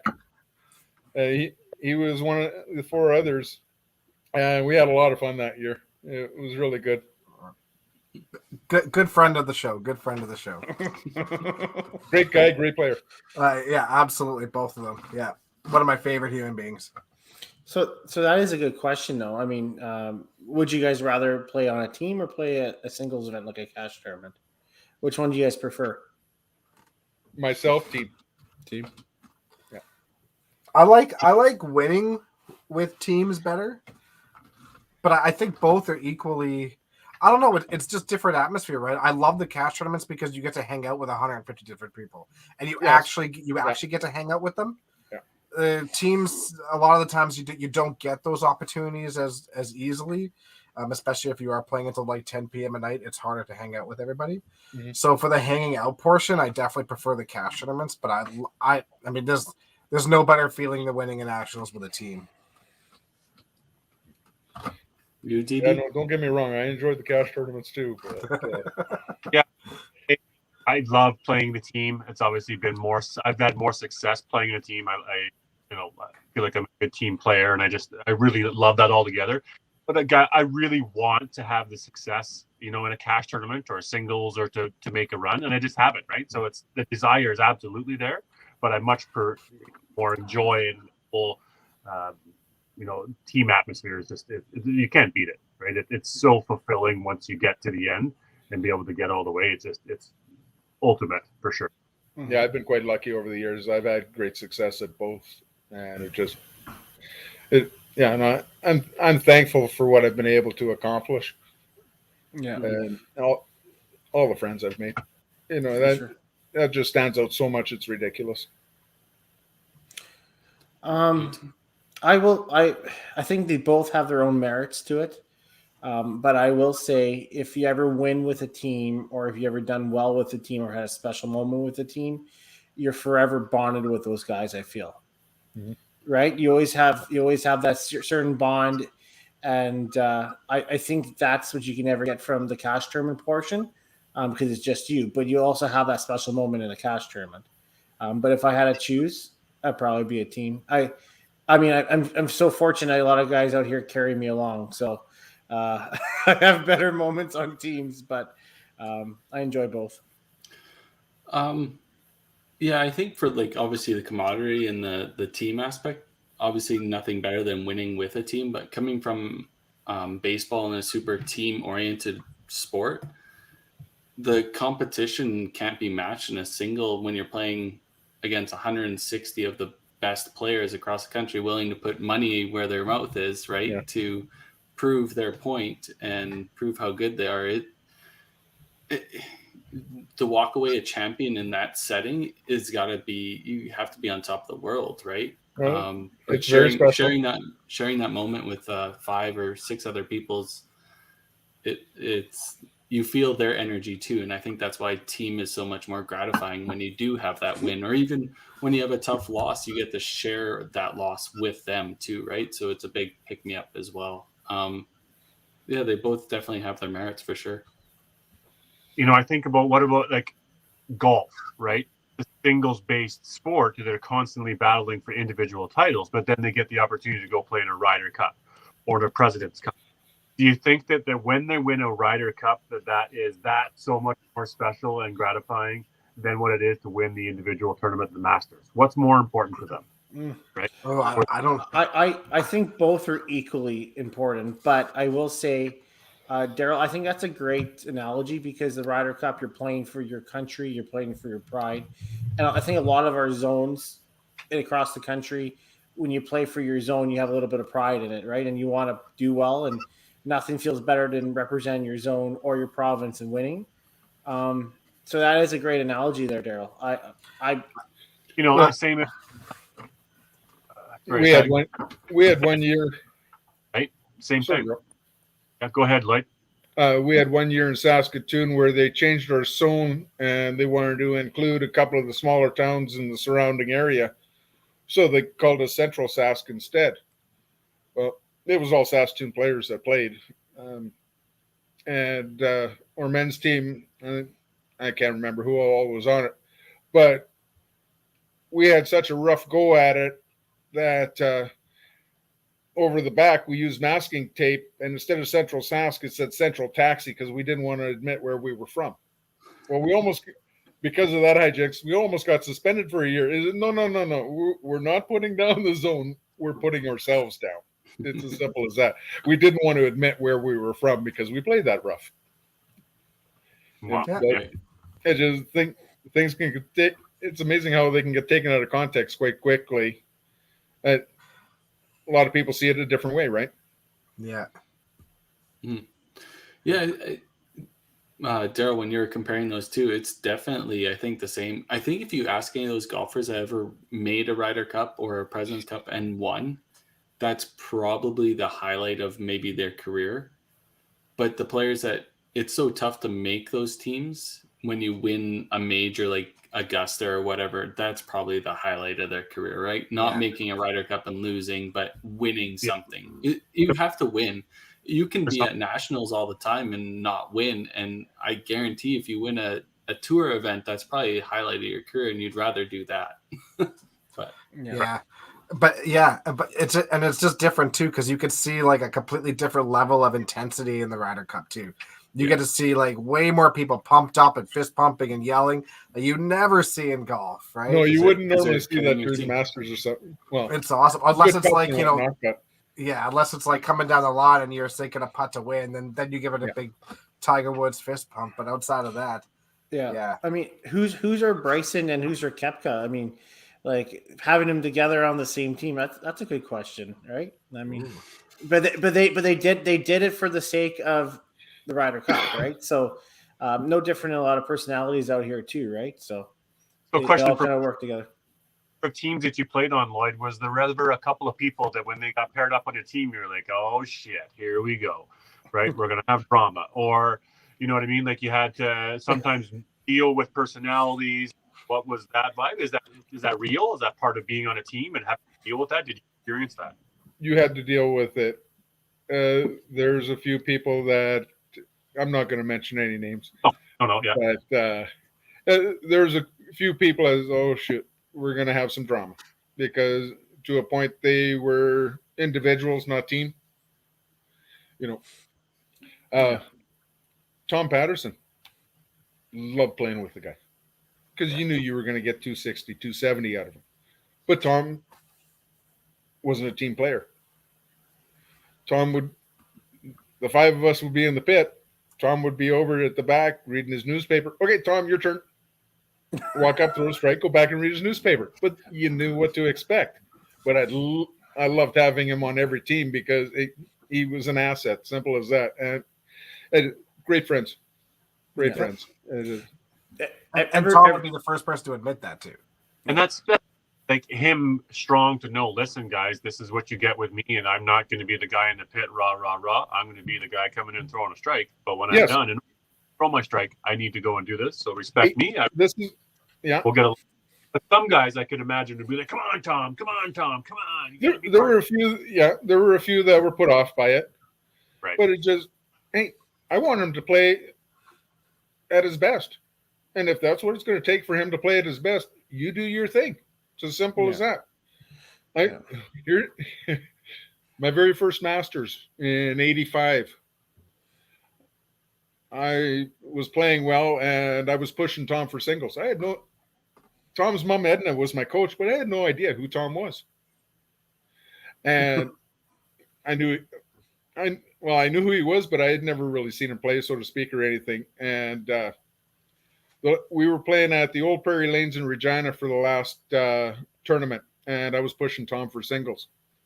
The night before, there was a function, and I was asking Jack Walsh, what's all involved with singles? Well, Jack started talking to me and, taking me under his wing, so to speak. And we chatted for a little bit, and Tom overheard it. Tom came up, and if you think you're going to take away my singles, okay, well, it's on. Simple as that. I think we were playing 10 games at that time for the Masters.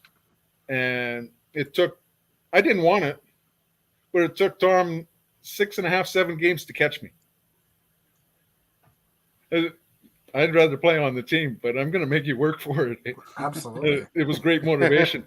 And after it, about another year after that, and then all of a sudden, Tom and we respected each other a lot more, and we started practicing. And he taught my son in grade 1 and grade 8. Oh, that's amazing. Was involved with the bowling school for probably straight 15 years, and then probably put another 4 or 5 years in off and on. But loved the bowling schools. They were so just good. His enthusiasm and energy and everything. They're just awesome. And I'm very happy to see he's still doing it. Yeah, for sure. Let's talk about your coaching stuff, because you've done a lot of coaching and you're back into that now, and that's a big passion too. When we see some of your posts of some of the things, but yeah, where you've obviously coached for a long time, but more recently, and some of the success you've had coaching YBC and whatnot. I've been very fortunate. I've been coaching, like I said earlier, probably for at least 35 years now, as far as YBC goes. And I've had a fair amount of success with that. I was able to take one team to nationals. That was a learning curve in itself, because the boys, it's all been senior boys. This is the first year I've coached juniors. Up till now, it's always been senior boys. And the boys were taken back, so to speak, and they couldn't believe the atmosphere. It's something none of them had seen before, right? And they sat on the bench and watching. I said, okay. They weren't doing very well as a result. And I said, okay, you guys, you got to stand up. Well, what? No, you got to stand up. I said, when you start throwing strikes and whatnot and start having fun, then you can sit down. Well, they got up and all of a sudden they started chucking like I knew they could. And we ended up, I think, bringing ourselves up to third place. Got a bronze out of it. But all of a sudden now they could sit down. They didn't want to. They were having too much fun. They were getting into it. Right? Coach, well done. Yeah. I had another experience. We were playing provincials, and it was already down to the 4-player teams at that time. And we were down probably about 70 pins to Moose Jaw and Regina. But the nice thing about it was we were playing over on lanes 17 and 18, I think it was. And Moose Jaw and Regina were playing their own matches, but there was about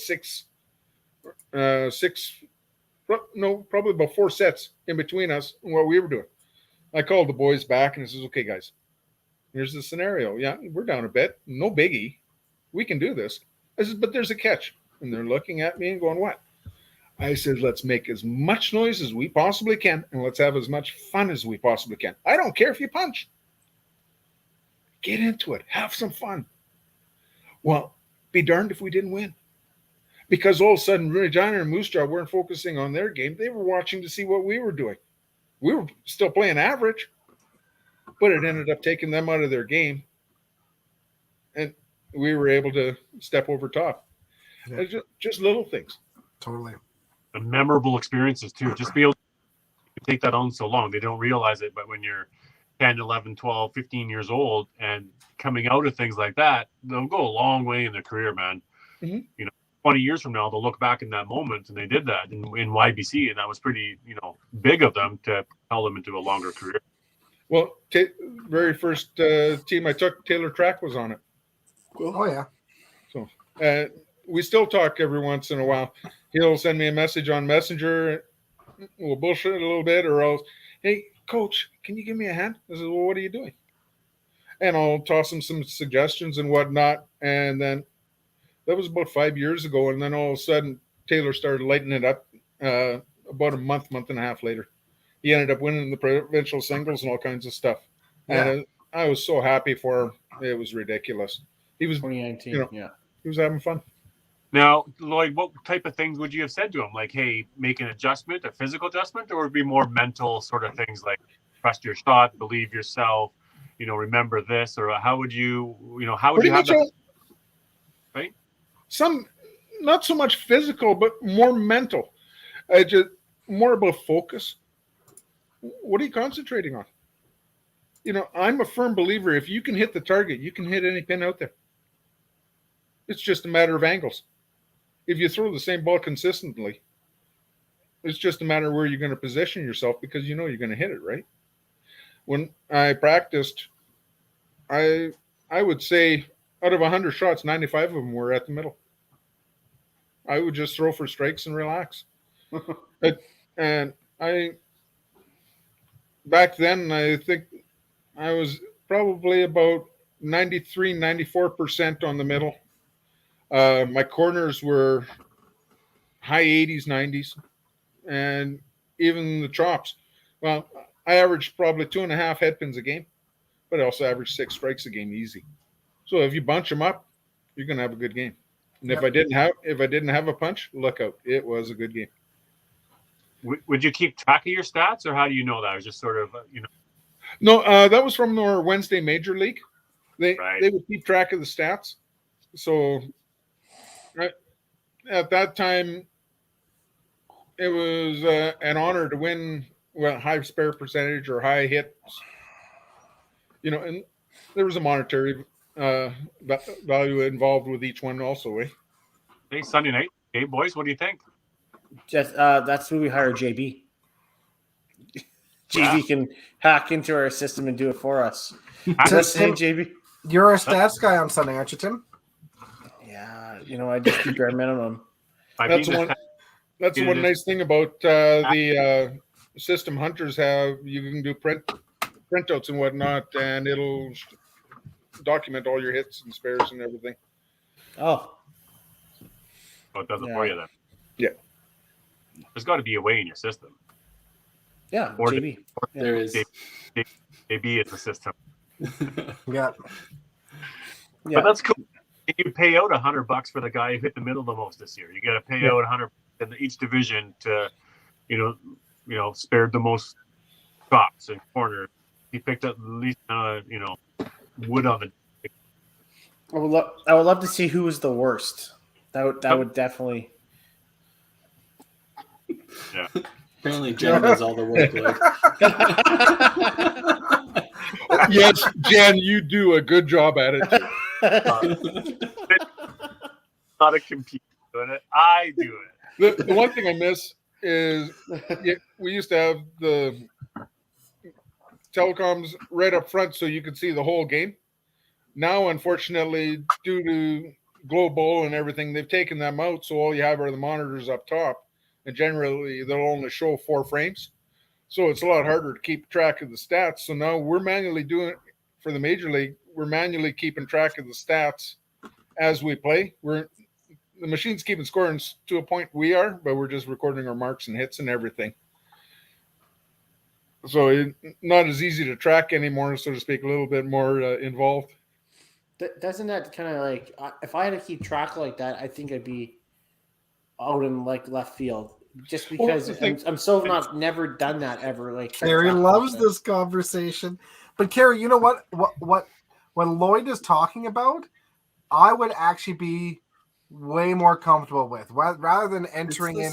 Same. It's not. So if you just have a sheet, right, and it's like game 1, it's like head pin hits, and then you just give it a tick after each one, and you have right corners, a tick after each one, and then whether you're spared or you don't or whatever.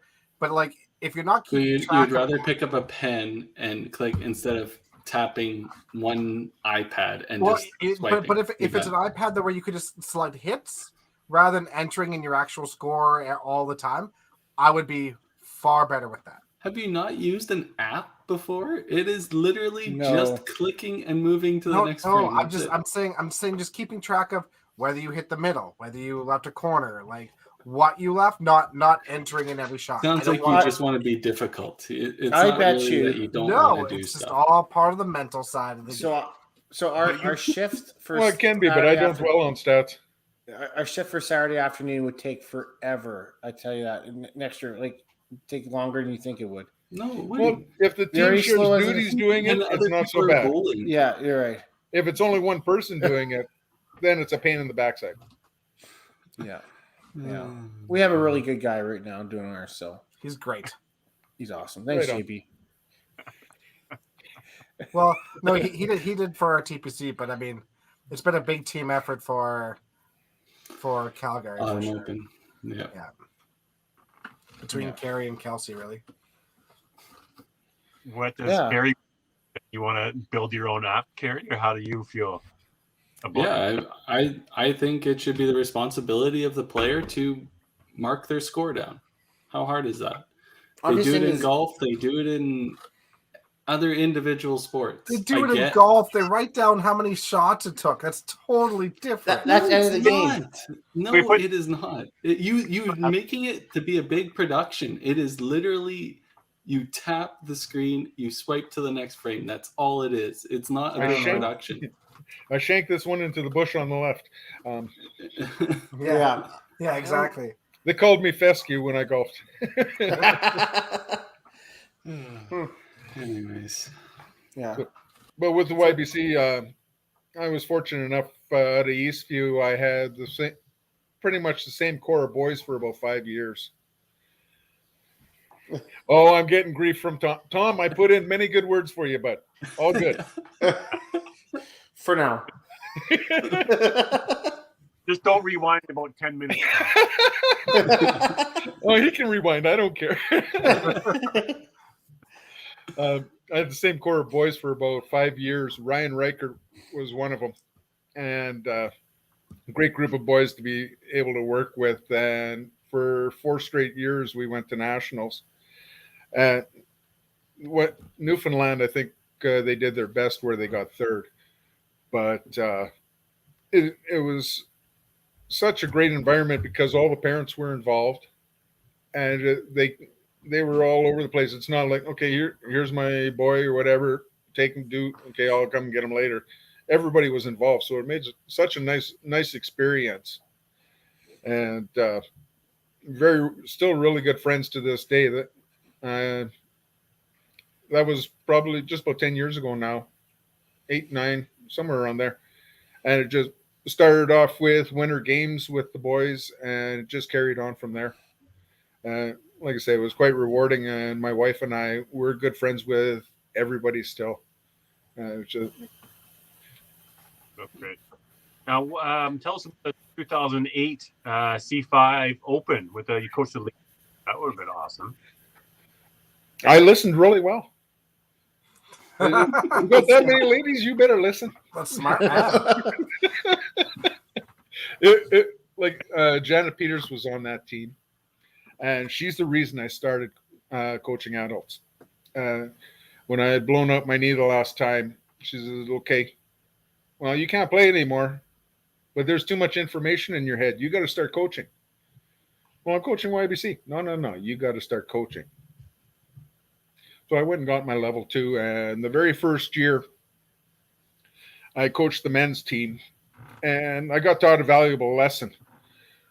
Had a really good team, but I had a couple of individuals on the team that decided, well, no, we don't like that lineup. Well, we're going to go and tell Lloyd that, oh, no, the team talked, and this is what we should have for a lineup. It was totally different than what I was going to put in, and it bombed as a result. And then I found out afterwards that wasn't what had taken place, and I was quite upset. And I learned, okay, no, unless you have all 6 people coming and talking, it's not a team decision. Simple as that. The next year was 2008 with the ladies team, and Janet Peters, Jamie Sox, Alyssa Rack, or Spark at that time yet, Jen Huron, Julie Bain, and who haven't I said? I know I missed one. Jackie Spark. Yeah.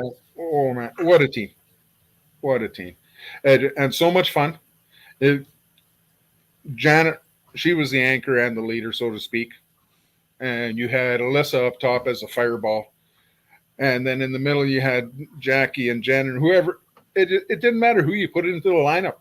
They all played. I don't think I'd be far off from saying nobody was under a 230 average. And we played at nationals. We were playing one match. I'm not going to say who it was, but all of a sudden the chanting started going, and we played, we chanted, the girls chanted, something I wasn't used to because guys at that time don't chant, right? So I'm getting into it. It's a team, so we're chanting, we're having fun and everything, and all of a sudden the team we're playing start chanting, trying to out-chant us louder and louder and whatnot, and I took the ladies to the back. I said, okay, we're bowling here. This isn't a competition for chanting. Let's do our thing. I'm fine with the chanting. Let's have fun. We do our thing. They can chant as loud as they want, do whatever they want. let's go play. And we did. And they did well. They were just awesome. I had one point. Jen's going to shoot me. Well, that's okay. It won't be the first time.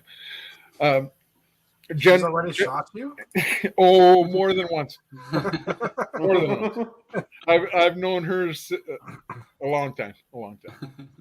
Just little sweetheart, so to speak. And Jen was struggling a little bit, and she's, get me out of here. Okay. And I watch everybody. I'm not just worried. I'm watching the matches and everything. And I really wasn't ready to pull her. And she get me out of here. Okay. Well, she didn't play for 3.5 games after that. Because I'm one that you're only concerned about yourself. You're not concerned about the team. Okay. Well, you don't want to play? I'm going to show you I'm going to give you the desire to want to play again. Well, when she came back in, she was ready to play. But in the meantime, her mom, Kathy Jorgensen, great friends. She's a sweetheart in herself. She calls me back after about 2 games. I came here to watch my daughter play. Why isn't she playing? So I told Kathy what was going on. I says, nobody pulls themselves. I says, she's going to sit there and but on the other side, I didn't tell Jen why she was sitting either. That was my mistake. Up until maybe about 4 or 5 years ago, I think I told her about 4 years ago, do you know why I sat you? Really? But you learn by making mistakes. But that was one thing that really stood out. But that team, like I say, Jamie and Janet Peters were 4 and 5 most of the time. Jamie Sox Dawson, very intimidating, very aggressive. Janet, very aggressive. And it just solid. The whole team was solid. And just a lot of fun.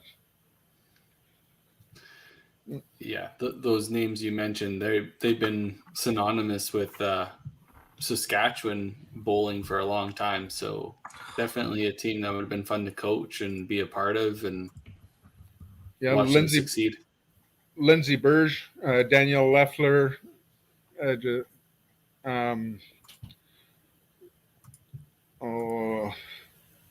can't think of her name right now. But there are so many different ladies even yet. But unfortunately, they get married, have kids. They've got different priorities. Unfortunately, quite a few of them aren't playing again right now. Some are coming back, but it's really weak for the ladies in Saskatoon right now, unfortunately. It kind of goes through waves, right? Yeah. It seems to. Yeah. And hopefully some of those players you talk about maybe will look to come back, right, and form teams again and put on another little run against. Well, that's the nice thing about the game. I'm 58 and I'm still looking at making teams. I think Janet was when we won in 2008. Janet was early 50s. You can play the game at any age. Yeah. Yeah, I think the last time I made a team with like Lynn, I think he was like 58 or 59 or somewhere around there. Mm-hmm. No, Lynn's not 70, Dex. Well, no, he's mid 60s. He's like mid 60s, I believe. He's like, yeah, he's 64. Yeah, 65, that was about 13 years ago, Dex. It was not 13 years ago. It was your first year at YBC, so 2007, and you're 2022 now, so that's 15 years ago. Maybe. Okay, so he was mid. What's that, Lloyd? Time flies when you're having fun. Yeah, exactly. Yeah. Let's talk some really cool things and perfect games. Lloyd, that's always neat to find out where those went and how did those happen. First perfect game, obviously a number of 7, 8, 9, 10 baggers. When do you remember to start throwing your first 7 baggers, 8 baggers? How did that go? And then start working your way to the perfect. But like I say, when I started throwing really well when I was just towards the last of my YBC, and it just 5, 6, 7 baggers used to quite often being fortunate to be at the KG, but having 7 off the gun, I don't recall too often when I ran them. Most of the time I'd throw 3, 4 strikes in a row, corner, throw a few more strikes, another corner. And I had the model get 4, pick 1. Put your best ball in the pocket and see what you get. I know I can pick corners all day, and if I get that, then that's 280, right? Yeah. But if I had quite a few times where I'd run 7 or 8 off the gun, and then it gets snapped on a corner or something. The very first time I did both times I did it were Tuesday night at the KG in the senior mixed league. The first one was kind of wild because I'm up there for the 10th frame, and all of a sudden the whole place has gone quiet. And all of a sudden, every eye is on you, so to speak, and that was a little nerve-wracking to a point. But I'd be up there in my stance. I felt like I was solid. Somebody behind me says, "Your shirt was just shaking like a leaf." Oh, okay. But every shot in the 10th I knew, and it was quite exciting. And at that time, we got a ton of prizes. The association gave me a perfect game ring, and I had gotten 2 tickets anywhere in the world Air Canada flies.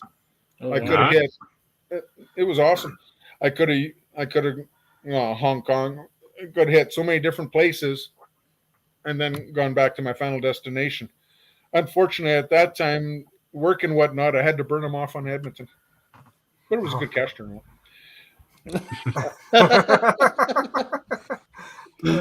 And there were a ton of other prizes. The second one was in the same league, and I had been throwing well. I had a couple of 300s, and there was a gentleman by the name of Reno Baquetto I was playing against that day. And Reno was just nipping me the first 2 games. Both of the perfect games were my 3rd game. I didn't throw again after that. Well, there, I looked at Reno. I said, "Reno, you are a bugger." I said, "I'm throwing a 400 at you." Yeah. Hammered a 450 at him. I was looking to beat that, so to speak, eh? But it just blew me away, the fact that, he made me focus that well. And I was tired of him tagging me, so to speak, eh?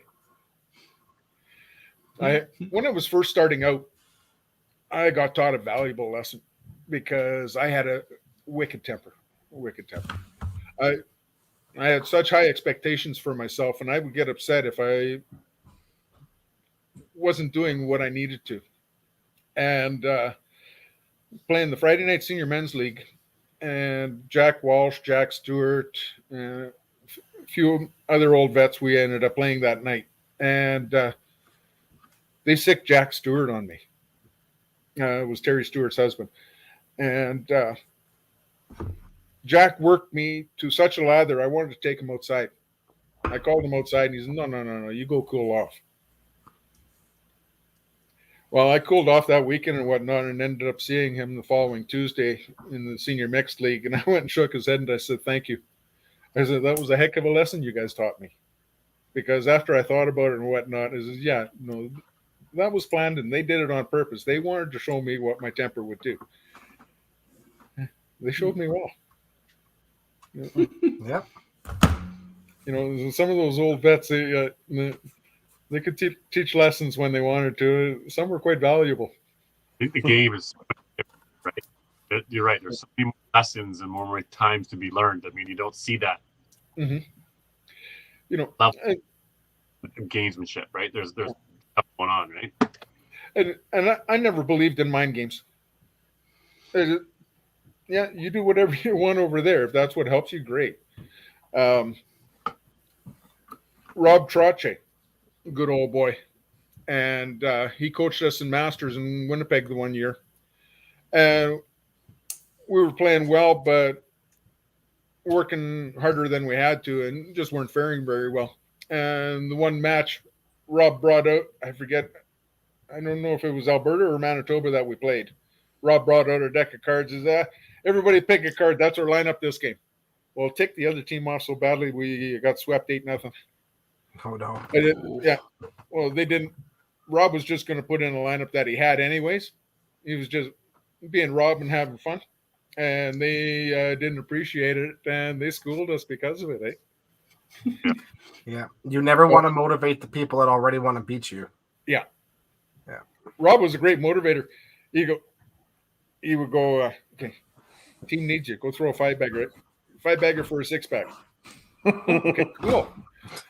Walk up there, throw the 5-bagger. Okay, that's 1 6-pack. And then you do it again. A couple of games later, we need another 5-bagger. Okay, another 6-pack. I'm still waiting for the 6-packs. But heck of a motivator. That's awesome. Yeah, for sure. Oh man. Was there any last stories you want to share with us, Lloyd? Anything you talked, obviously you have some great memories with a lot of the players across the country and stuff like that. Do you have any stories that you want to share before we wrap this thing up? No, Jerry Ash was a hoot. I don't know if any of you know who Jerry Ash was, but No. great guy. One of the first memories I have of Jerry, Michelle Simpson, her father Dean, was watching Jerry at the old Hunters Bowldrome. And Jerry was probably tossing 90% strikes, easy, if not higher. But he was mad all the time. So Michelle's dad went up and after Jerry was done, why are you so mad? I'd kill to throw that many strikes. I was hitting the wrong pocket. No. Really? I aim for the target. I don't care what pocket it hits. I know the ball's going to do something. Yeah, exactly. Absolutely. And they had a Molson singles event at one time, and the winner got to go to the provincials, and I played Jerry in the final. And Jerry just nipped me out. But what he remembered most was getting a hug from my wife because he had beat me. And he kept hugging. Tom, I don't remember why Jerry always practiced on 1 and 2.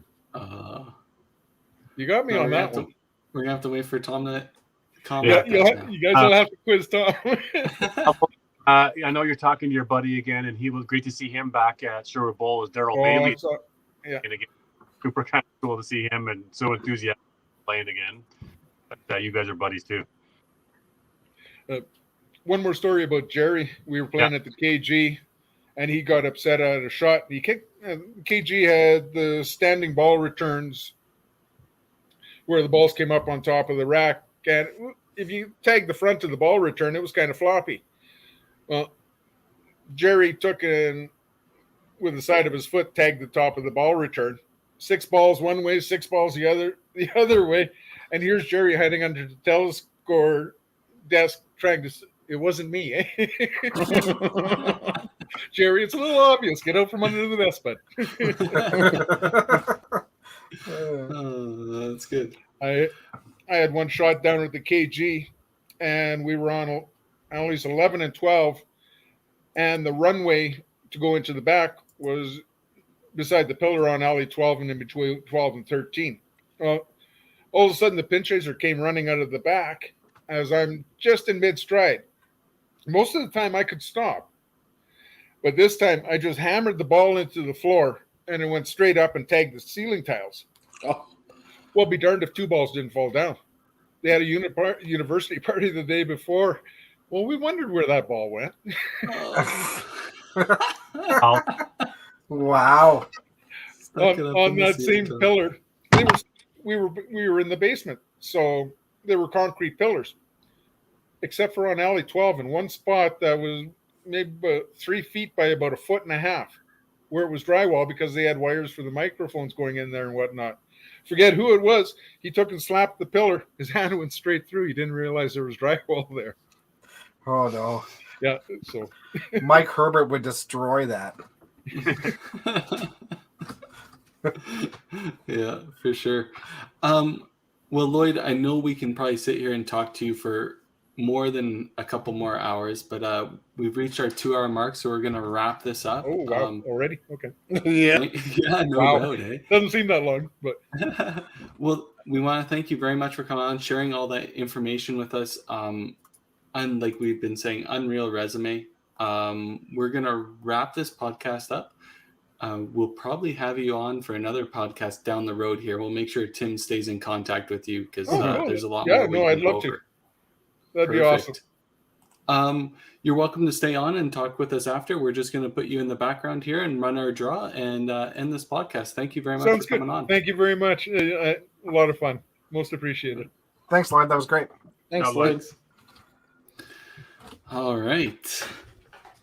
He's A lot of a guy information there. Oh yeah, tons of information, tons of stories. I feel like he's got like an encyclopedia full of stories. It's awesome. I love it.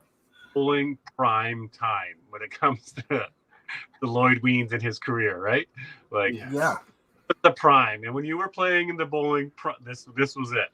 Yeah, 100%. I wish I was in that era. It's such a different era than we are at now, right? Just like the pot games, the stories. I mean, we have our stories now, but it's not nearly what it was back then.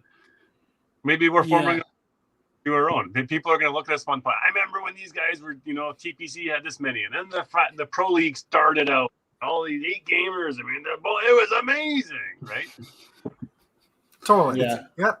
It's a different time. It's because everybody has a camera now, and stuff gets recorded too easily. You can't get away with some of the stuff that they did in the past, and all these. Well, we even have memories of those not too long ago, right? Like you're spending all day at the Regina Classic in the evening watching these guys bowl and sock bowl and all that stuff. That stuff doesn't happen anymore. Not as often, anyways. I guess we should say. Yeah. We've grown up. Some of us. So Tim, we've had a lot of people requesting to show us the gift. Where is it at? Is that coming or? No, it's locked and keyed. Now next, guess the gift. I remember guys of going to KG, in the late '90s, and Lloyd was there and playing these tournaments and stuff. And one of the guys for sure that stood out, how excited he was to play, and it very affectionate, rubbed off, and just an absolute beauty of a guy. So super glad we were able to have him here on the podcast for sure. Absolutely, 100%. All right. So without further ado, let's get this draw going. Show us the gift. 26 entries. Good luck, everybody. So this is for an all-star. I do believe it's a gift card. Once we find out who won it, we'll contact you within the next couple of days and pass that information on to All-Star Bowling. Good luck.